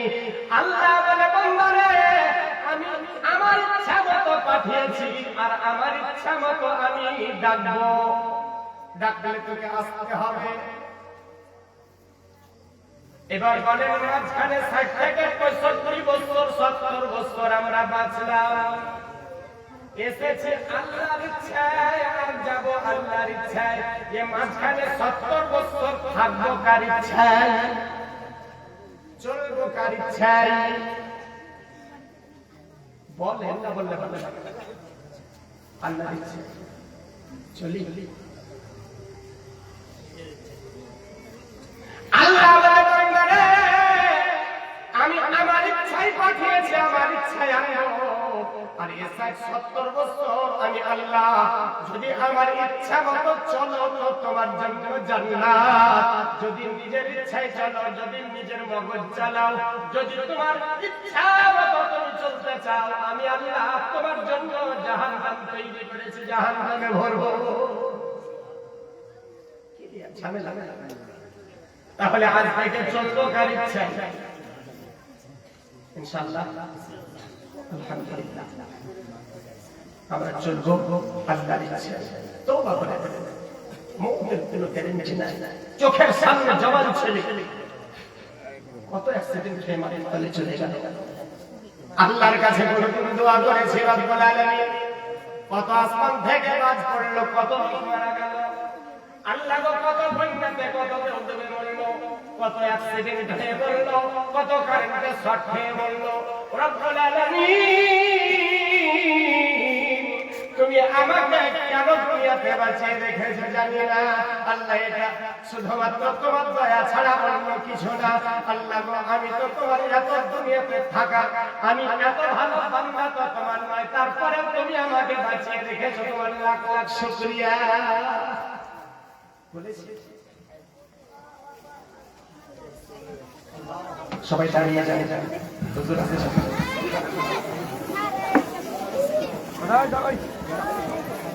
নারে তাকবীর, নারে রিসালাত, नारे रिसालत,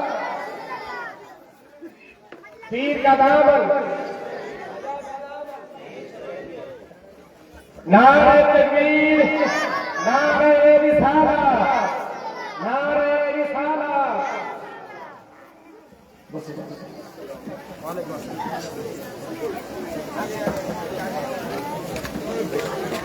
सुभान अल्लाह। হুজুরের অপেক্ষায় ছিলাম, বসে যাচ্ছে। হুজুর আসলেই ইনশাআল্লাহ আমি আমার বক্তব্য ইতি করব। হুজুর না আসা পর্যন্ত আপনাদেরকে খুব বিরক্ত করলাম।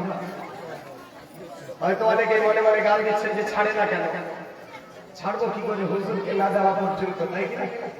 যাক, হুজুরের অপেক্ষায় ছিলাম, হুজুর কিবলা এসে হাজির হয়ে গেছেন। এই হুজুরের কথাই শোনাচ্ছিলাম, যদি সেই দিন আমার মৌত হয়ে যেত, আল্লাহু আকবার, আমি ভাগ্যবান হয়ে যেতাম, আমার ভাগ্য চমকে যেত যে একজন আওলাদে রাসূলের সঙ্গে আমার মৌত হয়েছে। ভাগ্য কোথায়! তাই মৌত হয়নি, আজ বেঁচে আছি। আল্লাহ দোয়া করব, হে আল্লাহ, যেদিন তুমি উঠিয়ে নিবে ঈমানের সঙ্গে উঠিয়ে নিয়ে বলুন আল্লাহুম্মা আমিন।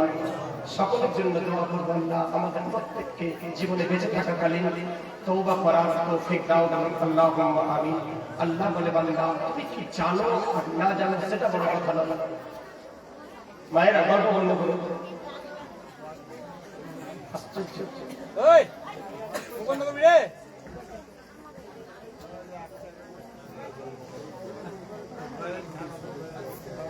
জি জি, যাই হোক, আল্লাহ পাক যাকে তৌফিক দেবে সেই চুপচাপ থাকবে, ঠিক কিনা বলেন? যাকে তৌফিক দিবেন ও হাজারো বললে ওর মুখ বন্ধ করা যাবে না। জেনে নেবেন, যারা চুপ করে আছে তারা ভাগ্যবান, আর যারা বক বক করছে তারা হলো বুদ্ধিমান। যারা বক বক করছে তারা বুদ্ধিমান, আর যারা চুপ করে আছে তারা হলো ভাগ্যবান। আর ভাগ্যবানের সাথে আছে রহমান, বুদ্ধিমানের সাথে আছে শয়তান। বুদ্ধিমানের সাথে আছে শয়তান। এটা আর সময় নাই, না হলে কোরআনের আয়াত শোনাতাম। যাই হোক, বলতে চাইছিলাম, আল্লাহ বলছে বান্দারে তুমি কি জানো বা না জানো সেটা বড় কথা নয়, এসে খালি কপালটা আমার সামনে ঠোকো, শুধু সেজদায় পড়ে আমাকে বলো যে আল্লাহ ভুল করেছি। শুধু এতটুকু বলো যে আল্লাহ আমি ভুল করেছি। জওয়ানি অবস্থা অনেক অন্যায় অপরাধ করেছি, আল্লাহ তুমি আমাকে ক্ষমা করে দাও। আল্লাহ বলছে তোমার চাওয়াতে যদি ভুলও হয় তবে আমি আল্লাহ তোমার দিলের খবর জানি, আমি তোমাকে ক্ষমা করে দেব। আমার কাছে কাঁদো, যদি কান্না না আসে তো কান্নার অভিনয়টা করো। অভিনয় করলেও আমি আল্লাহ তোমাকে ক্ষমা করে দেব। শুধু ক্ষমা নয়, শুধু ক্ষমা নয়, তুমি যে পাপের পাহাড় বানিয়ে নিয়েছো ওই পাপের পাহাড়টাকে আমি আল্লাহ নেকি পাহাড় বানিয়ে দিয়েছি। আর এমন ভাবে নেকি পাহাড়ে পরিবর্তন করব, আমার ফারিস্তাদেরকে আমি আল্লাহ জানতে দিব না, আমার ফারিস্তারাও জানতে পারবে না। তাদের কাছ থেকেও আমি অগোচরে আমি আল্লাহ তোমার পাপের পাহাড়টাকে নেকি পাহাড় বানিয়ে আমি আল্লাহ তোমাকে জান্নাতি করে দেব। এত সুবর্ণ সুযোগ থাকার পরেও যদি আমরা আল্লাহর কাছে মাথা নত না করি, যদি আল্লাহর কাছে আমরা তওবা না করি, কিয়ামতের দিন আফসোস করে কোনো লাভ হবে না। আফসোস যদি করতে হয় আজকে করে নেন। এই বলে আজকে বক্তব্য ইতি করলাম, বলার মাধ্যমে, ভাষার মাধ্যমে।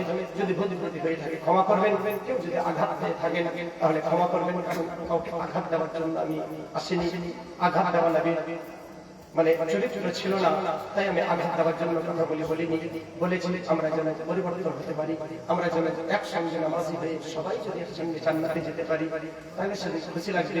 আল্লাহ আমাদের সকল ক্ষমা করে তুলে জান্নাতি করে দিয়ে বলুন আল্লাহুম্মা আমিন। এই বলে আজকের বক্তব্য ইতি করলাম।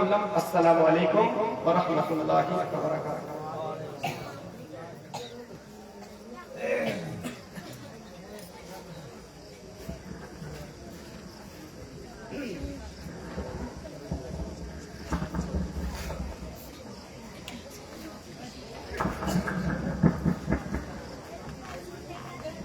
अस्सलामु अलैकुम वरहमतुल्लाहि ताला वबरकातुहू।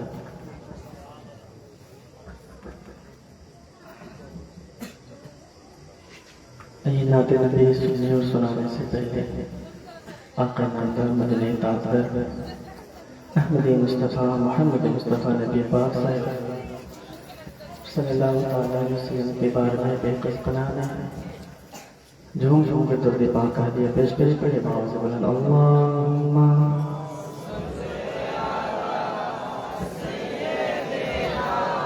मौलाना मोहम्मद वआले सय्यिदना मौलाना मोहम्मद सल्लल्लाहु अलैहि वसल्लम। सल्लल्लाहु अलैहि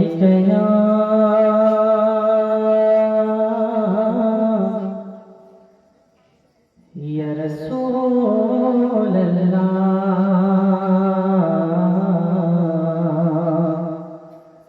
वसल्लम अलैका या हबीब अल्लाह सल्लल्लाहु अलैका या रसूल अल्लाह वसल्लम अलैका या हबीब अल्लाह। दरे जुदो सखा से रूखी सूखी मांगने वाले दरे जुदो सखा से रूखी सूखी मांगने वाले निवाला मांग ले जन्नत का रोटी मांगने वाले और नबी की नस्ल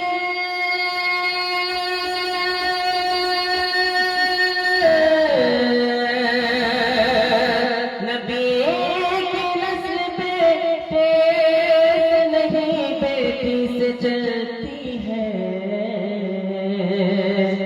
मुकद्दर के धनी होते हैं बेटी मांगने वाले। मिलकर के मेरे साथ पढ़े सल्लल्लाहु अलैहि या रसूल अल्लाह वसल्लम अलैका या हबीब अल्लाह सल्लल्लाहु अलैका या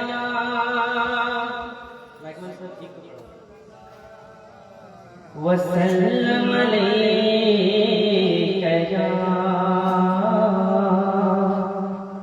हबीब अल्लाह। एक मतलब पूरा मतलब है सुभान अल्लाह और मोहब्बत से कहें या रसूल अल्लाह। तू शम्म रिसालत है। शेर आगे रखो पीरो मुर्शिद का दुआ है वो लेते हुए तो शम्म रिसालत है। और आप हजरत का तवज्जो चाहते हो एक मतलब है सुभान अल्लाह। तो शम्म रिसालत है तो शम्म रिसालत है आलम तेरा परवान तो शम्म रिसालत है कि तू शम्म रिसालत है आलम तेरा परवान तो शम्म रिसालत है आलम तेरा परवान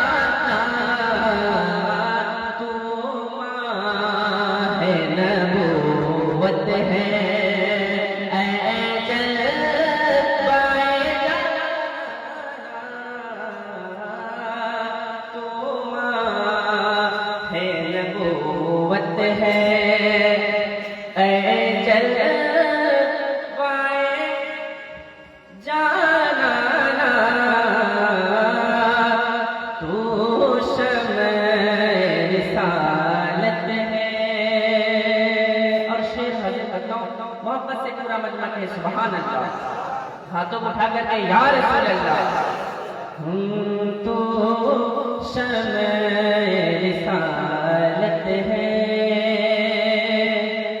जब साक़िए कौसर के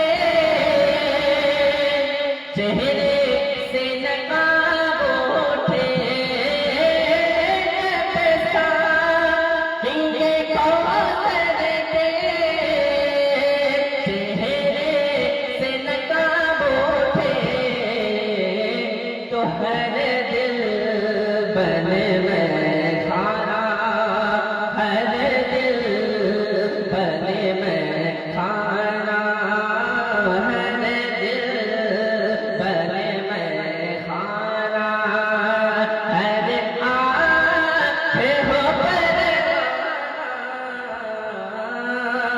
हर दिल बने में खाना, हर आँख हो परवाना, तो शम्ए रिसालत है। और इस शेर हाजिर करता हूँ हज़रत, शेर देखिएगा, खास तौर पर और मैं इकराम का तवज्जो चाहूँगा। शेर देखिए, हिम्मत और मोहब्बत से कहें सुभान अल्लाह। तो शम्ए रिसालत है, जो तुम हो वही मैं हूँ, बस इतनी फर्क है, जो तुम हो वही मैं हूँ, बस फर्क जरा सी है, जो तुम हो वही मैं हूँ, बस फर्क जरा सी है, जो तुम हो वही मैं हूँ, बस फर्क जरा सी है, तुम हुस्न के मालिक हो, तुम हुस्न के मालिक हो, और मैं हुस्न का दीवाना। मोहब्बत से कहे सुभान अल्लाह। तुम हुस्न के मालिक हो, मैं हुस्न का दीवाना, तो शम्ए रिसालत है। और खाते हैं तेरे दर का, पीते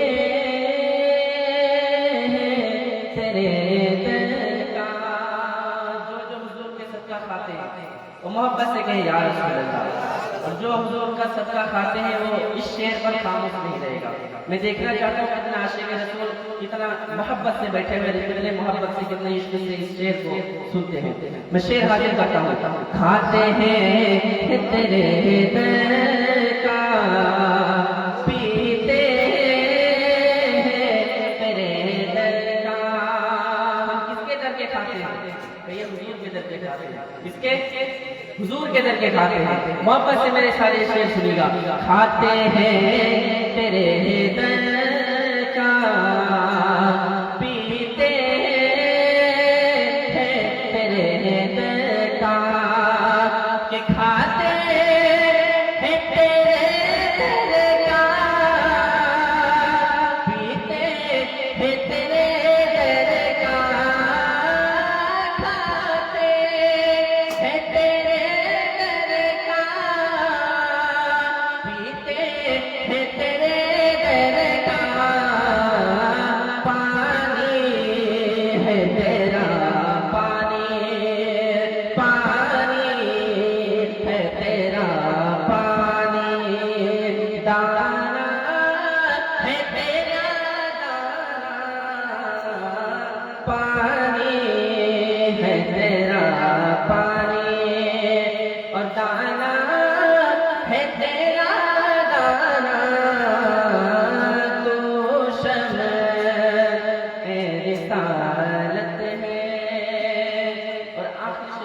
करता हूँ एक मर्तबा मोहब्बत से कहें सुभान अल्लाह और मोहब्बत से कहें या रसूल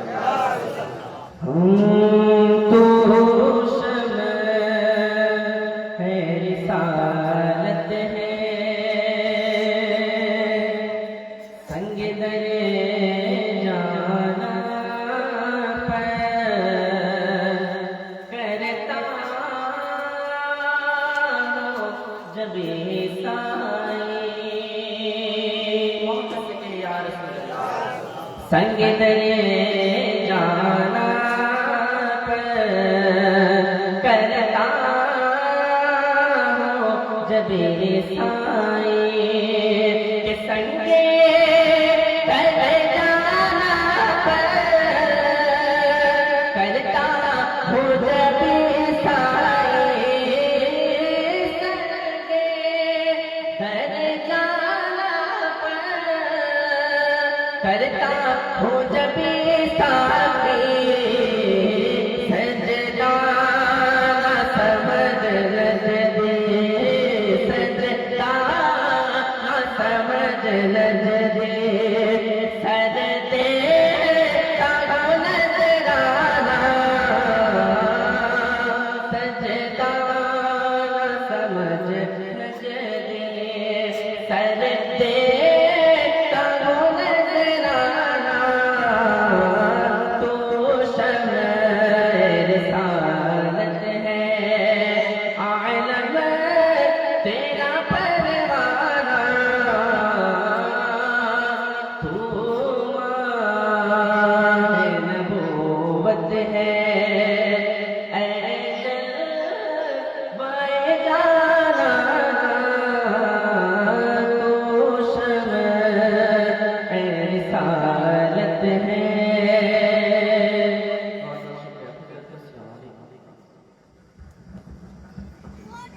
अस्सलामु अलैकुम व रहमतुल्लाहि व बाराकातुहू।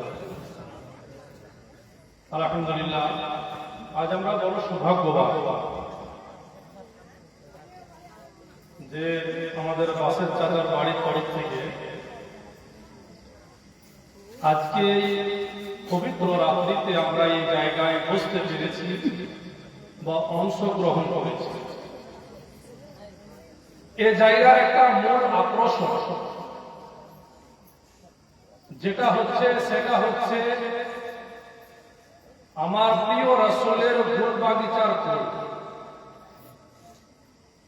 আমার রাসূলের খানদানের চশমো চারাগ, সৈয়দ বংশের অর্থাৎ আলে রাসূলের খানদানের সিলসিলা মাশাআল্লাহ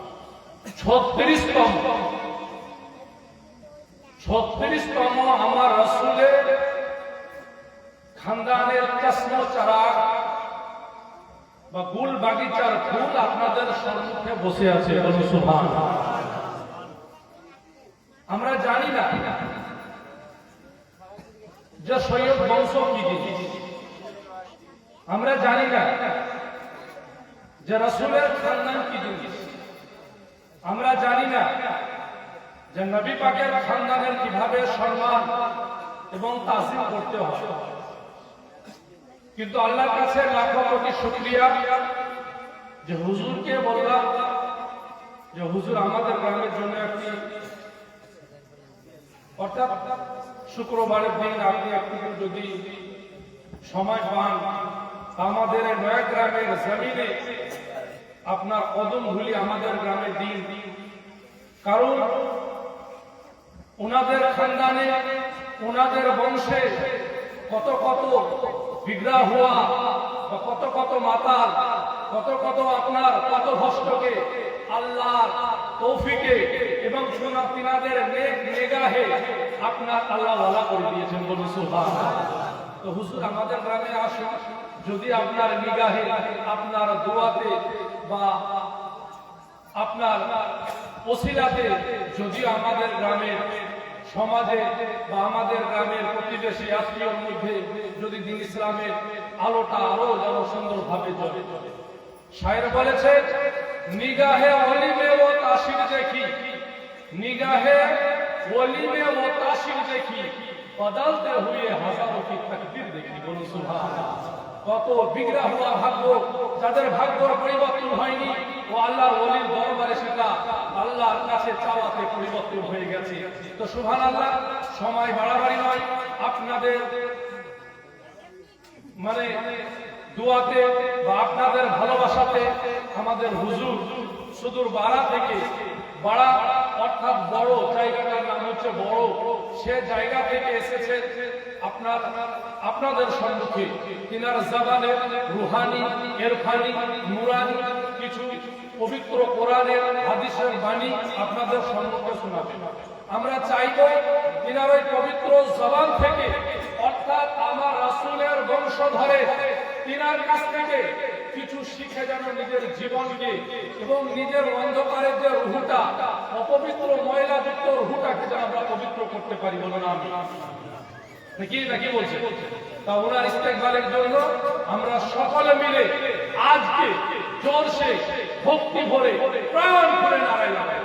নারায়ে তাকবীর, নারায়ে তাকবীর, নারায়ে রিসালাত, নারায়ে রিসালাত, নারায়ে হায়দারি, নারায়ে হায়দারি, নারায়ে কাউস, নারায়ে কাউস, মসলা কে আলা হযরত, মসলা কে আলা হযরত, উলামায়ে আহলে সুন্নাত, পীর का दावा, पीर का दावा, वली का दावा, वली का दावा। भूल गई गुलशन गई कई सल की बारी, भूल गई गुलशन गई कई सल की बारी, और आखिर पे आई हमारा हुजूर की बारी।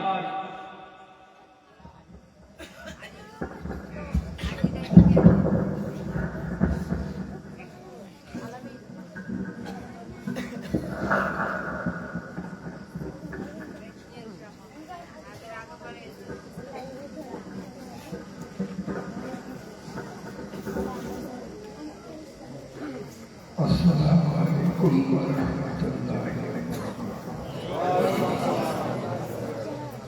अल्हम्दुलिल्लाह, अल्हम्दुलिल्लाहि रब्बिल आलमीन, वल आक़िबतु लिल मुत्तक़ीन, वस्सलातु वस्सलामु अला सय्यिदिल मुरसलीन। अम्मा बअद, फ़अऊज़ु बिल्लाहि अस्समीइल अलीम मिनल मर्दूदि शैतानिर रजीम, बबरकाति व निअमति व अज़मति, बिस्मिल्लाहिर रहमानिर रहीम। क़ुल इन कुन्तुम तुहिब्बुनल्लाह फत्तबि'ूनी युहिब्बुकुमुल्लाह व यग़फिर लकुम ज़ुनूबकुम वल्लाहु गफ़ूरुर रहीम। वबअदहु फी शान हबीबिहिल करीम, इन्नल्लाह व मलाइकतहु युसल्लूना अलन नबी, या अय्युहल्लज़ीना आमनू सल्लू अलैहि व सल्लिमू तस्लीमा। अल्लाहुम्मा सल्लि अला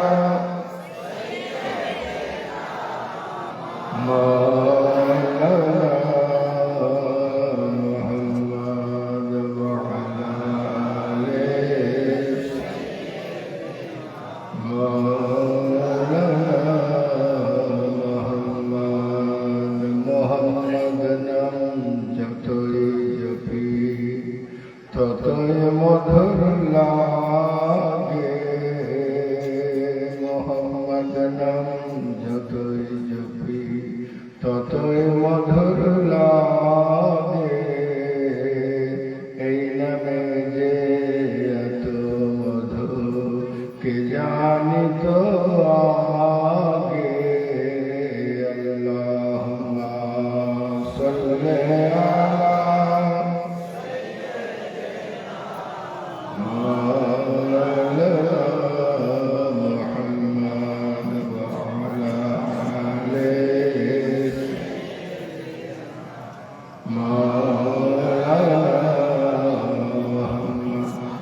এবং बरकत चाहो तो प्यारे दिल से दर्द पढ़ो। रिज़्क़ में बरकत चाहो तो प्यारे दिल से दर्द पढ़ो। अल्लाह के हुक्म से रसूल अल्लाह के वसीले से हर मुसीबतों से बचाता ये दुरूद है। टल जाएंगे हर बला अगर पढ़ता तो दुरूद है। तो पढ़ो दुरूद मोमिनो इस करीने से कि सरकार खुद चल कर आ जाए मदीने से। अल्लाहुम्मा सल्ली अला मौलाना मुहम्मद व अला आले सय्यदना मौलाना मुहम्मद सल्लल्लाहु ताला अलैहि वसल्लम। प्रशंसा মহান আল্লাহ পাকের, যিনি পূর্ণ পবিত্র অনাদি অনন্ত অব্যয় অক্ষয় ও চিরজীবন্ত, যিনি সর্ব অবস্থায় সর্বোপরি ভাষায় সর্বোপরিভাবে চির প্রশংসিত। কালাম আল্লাহর ভাষায় মহব্বতের সাথে বলুন আলহামদুলিল্লাহ। প্রশংসা আল্লাহ कि अल्लाह पाक अपना कहने की जगह बसार तौफीक दान करेছেন, বলেন আলহামদুলিল্লাহ।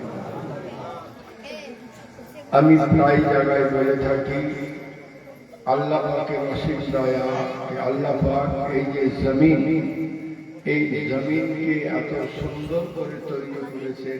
এই জমিনে যদি লঙ্কার গাছ লাগায়, গাছ যদি হয় তো কি হবে? লঙ্কা ধরলে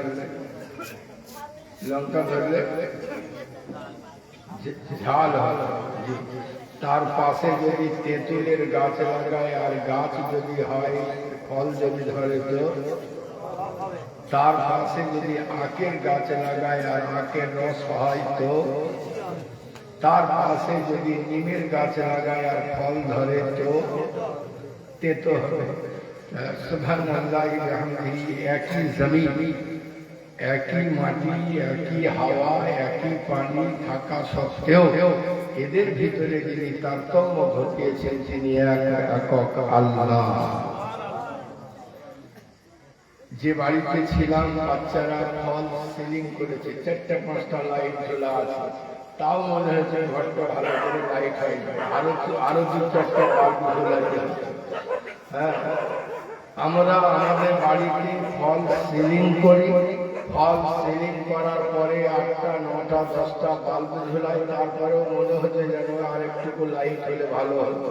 সুবহানাল্লাহ। প্রশংসা ওই আল্লাহ যিনি একটা বাল্ব ঝুলিয়ে সারা বিশ্বকে উজালা করে দিয়েছে। জোরে পড়তে হবে সুবহানাল্লাহ। আপনাদেরকে বলি একবার সুবহানাল্লাহ পড়লে 80টা নেকি আমল নামায় লিখে দেওয়া হবে। এক একটার ওজন হবে বহুত পাহাড় পরিমাণ। জোরে জোরে একবার যদি কেউ পড়ে সুবহানাল্লাহ, আসমান ও জমিনের ভিতরে যত ফাঁকা জায়গা আছে নেকিতে পূর্ণ হয়ে যাবে। একবার যদি কেউ প্রাণ ভরে পড়ে সুবহানাল্লাহ, আল্লাহ তার পক্ষ থেকে জান্নাতে গাছ রোপণ করবে। জোরে মুসলমান, জোরে অন্তর থেকে জোরে সুবহানাল্লাহ। সুবহানাল্লাহ বিহামদিহি। কোন ব্যক্তি যদি একবার পড়ে সুবহানাল্লাহ, যদি শুয়ে থাকে, বসবার আগে, বসে থাকে, দাঁড়াবার আগে, দাঁড়িয়ে থাকে, চলবার আগে আল্লাহ তার বিগত জীবনের গুনাহকে মাফ করে দেবে।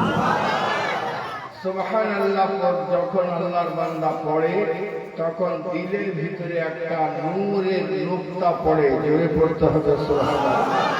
যখন নূরের নোকতা পড়ে আবার সুবহানাল্লাহ পড়ে নোকতা বাড়তে থাকে, আবার যখন আলহামদুলিল্লাহ পড়ে তখন নোকতা বাড়তে থাকে। আচ্ছা, আপনারা ঠোঁটকে বন্ধ করুন, বন্ধ করার পরে একবার মনে মনে জিভকে হিলিয়ে পড়েন তো লা ইলাহা ইল্লাল্লাহ। হচ্ছে পড়া হবে না, ঠোঁট বন্ধ করে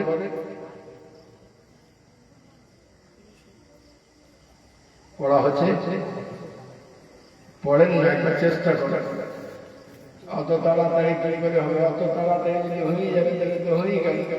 জি, একবার ঠোঁটকে বন্ধ করে, বন্ধ করার পরে জিভকে নড়ান আর পড়েন লা ইলাহা ইল্লাল্লাহ, লা ইলাহা ইল্লাল্লাহ, লা ইলাহা ইল্লাল্লাহ। হচ্ছে? হ্যাঁ হচ্ছে। জি, মনে মনে পড়তে হবে, মনকে বলতে হবে পড়, জোরে পড়, আর জিভ হিলিয়ে পড়তে হবে। তো জিভ যখন লা ইলাহা ইল্লাল্লাহ পড়ে বা সুবহানাল্লাহ পড়ে, আলহামদুলিল্লাহ পড়ে, তো তার নূর টপকে গিয়ে কালবের মধ্যে পড়ে আর কালব উজালা হতে থাকে, কালব উজালা হতে থাকে। সুবহানাল্লাহ নামাজ পড়ে কালব আরো আলোকিত হয়। যখন সুবহানাল্লাহ নেক কাম করে নূরটা বাড়তে থাকে, বাড়তে বাড়তে আপনারা হ্যাঁচাক দেখেছেন?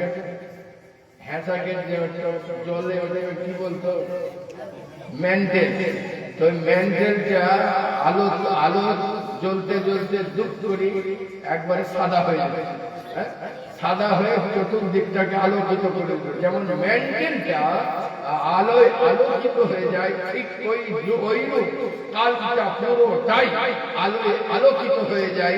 যখন আল্লাহর বান্দা জিকিরে ইলাহি করে তখন পুরা কালটা আলোয় আলোকিত হয়ে যায়। তো আলো ছটা নফসের উপরে পড়ে, আর যেমনই নফসের উপরে পড়ে নফসের রং চেঞ্জ হয়ে দিয়ে নফসে আম্মারা লাওয়ামাতে পরিণত হয়। আল্লাহর বান্দা 5 ওয়াক্ত নামাজ পড়ছিল না, এখন 5 ওয়াক্ত নামাজে তার সুবহানাল্লাহ বিহামদিহি তার দিল লেগে গিয়েছে, এখন সে 5 ওয়াক্ত নামাজের নামাজি হয়ে গিয়েছে। আল্লাহর বান্দা যখন নামাজ পড়তে থাকে, জিকিরে ইলাহি করতে থাকে, সাবিত কদমে থাকে, নোংরা কাজ থেকে আস্তে আস্তে ফিরাতে থাকে নিজেকে, এ আমার প্যারা সুবহানাল্লাহ কালবের নূর আরো বাড়তে থাকে। ওই আলোক ছটা তো সুবহানাল্লাহ নফসের উপরে আরো তীব্রতর হয়ে পড়ে, তখন নফসে আম্মারা লাওয়ামাতে পরিণত হয়। নফসে লাওয়ামা মুলহিমাতে পরিণত হয়ে যায়, আর যখন মুলহিমাতে পরিণত হয়ে যায় আল্লাহর বান্দার তখন সুবহানাল্লাহ 5 ওয়াক্ত নামাজে জান ভরে না।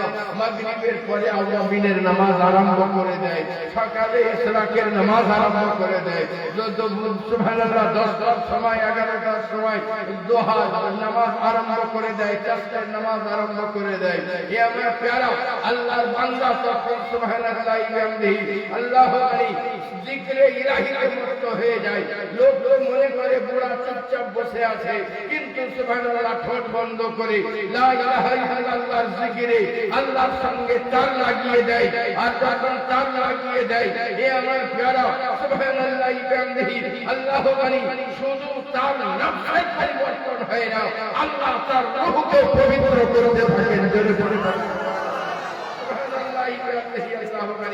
ইয়া আমার প্যারা আল্লাহু আকবার সুবহানাল্লাহ বিহামদিহি আল্লাহর বান্দা যখন সাবিত কদমে থাকে তবুও সুবহানাল্লাহ হায়াত পেয়ে যায় আর নেক আমল করতে থাকে, তো আল্লাহ পাক সুবহানাল্লাহ তাকে নফসে মুতমাইন্না আতা করে দেন।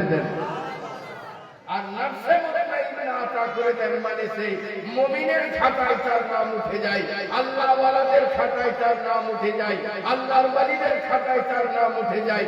এ আমার প্যারা সুবহানাল্লাহ বিহামদিহি এই আল্লাহর বান্দাটা যদি কখনো সাবিত কদমে থাকে থাকে, নামাজের অবহেলা না করে, গাফলতি না করে, জিক্রে ইলাহি ঠিকমতো কায়েমত দায়িত্ব রাখে, এ আমার প্যারা আল্লাহ পাক তাকে সুবহানাল্লাহ বিহামদিহি রাজিয়ার বস্তিতে পৌঁছে দেন।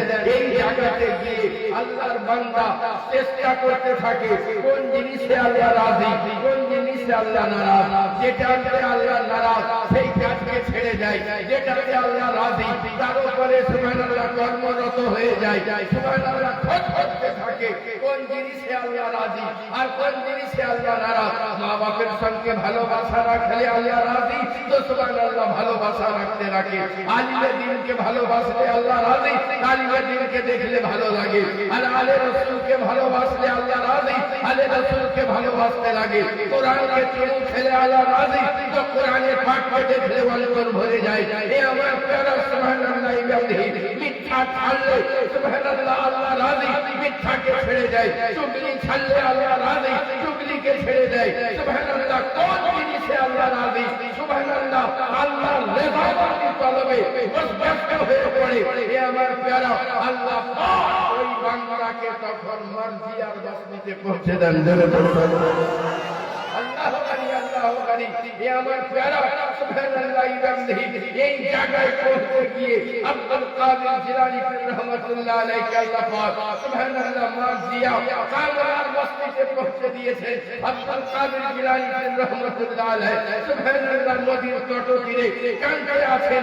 আল্লাহ বলেন, আব্দুল কাদের কাঁদছো কেন, কি হয়েছে? আল্লাহ সুবহানাল্লাহ আল্লাহ বলেন, এ আমার প্যারা মাহবুব কাঁদার দরকার কি? মোহাম্মদ সুবহানী কাঁদতে কাঁদতে বলতে আছেন, মওলা বুড়ির বড় একমাত্র সন্তান বরকতি সহ আসছিল, নৌকা ডুবে গিয়েছে। আল্লাহ বলেন, বুড়ি কি চাহিদা দেখার দরকার নাই, এ আমার মাহবুব তুমি কি চাহিদা চাই বলো। বলে, আল্লাহ আমি চাই নৌকা ফিরিয়ে দাও। আল্লাহ বলতে আছেন, আমার বান্দা সুবহানাল্লাহ তোমার আঙুলগুলিকে নদীর তট করে ডুবাও, আর ডুবানোর পরে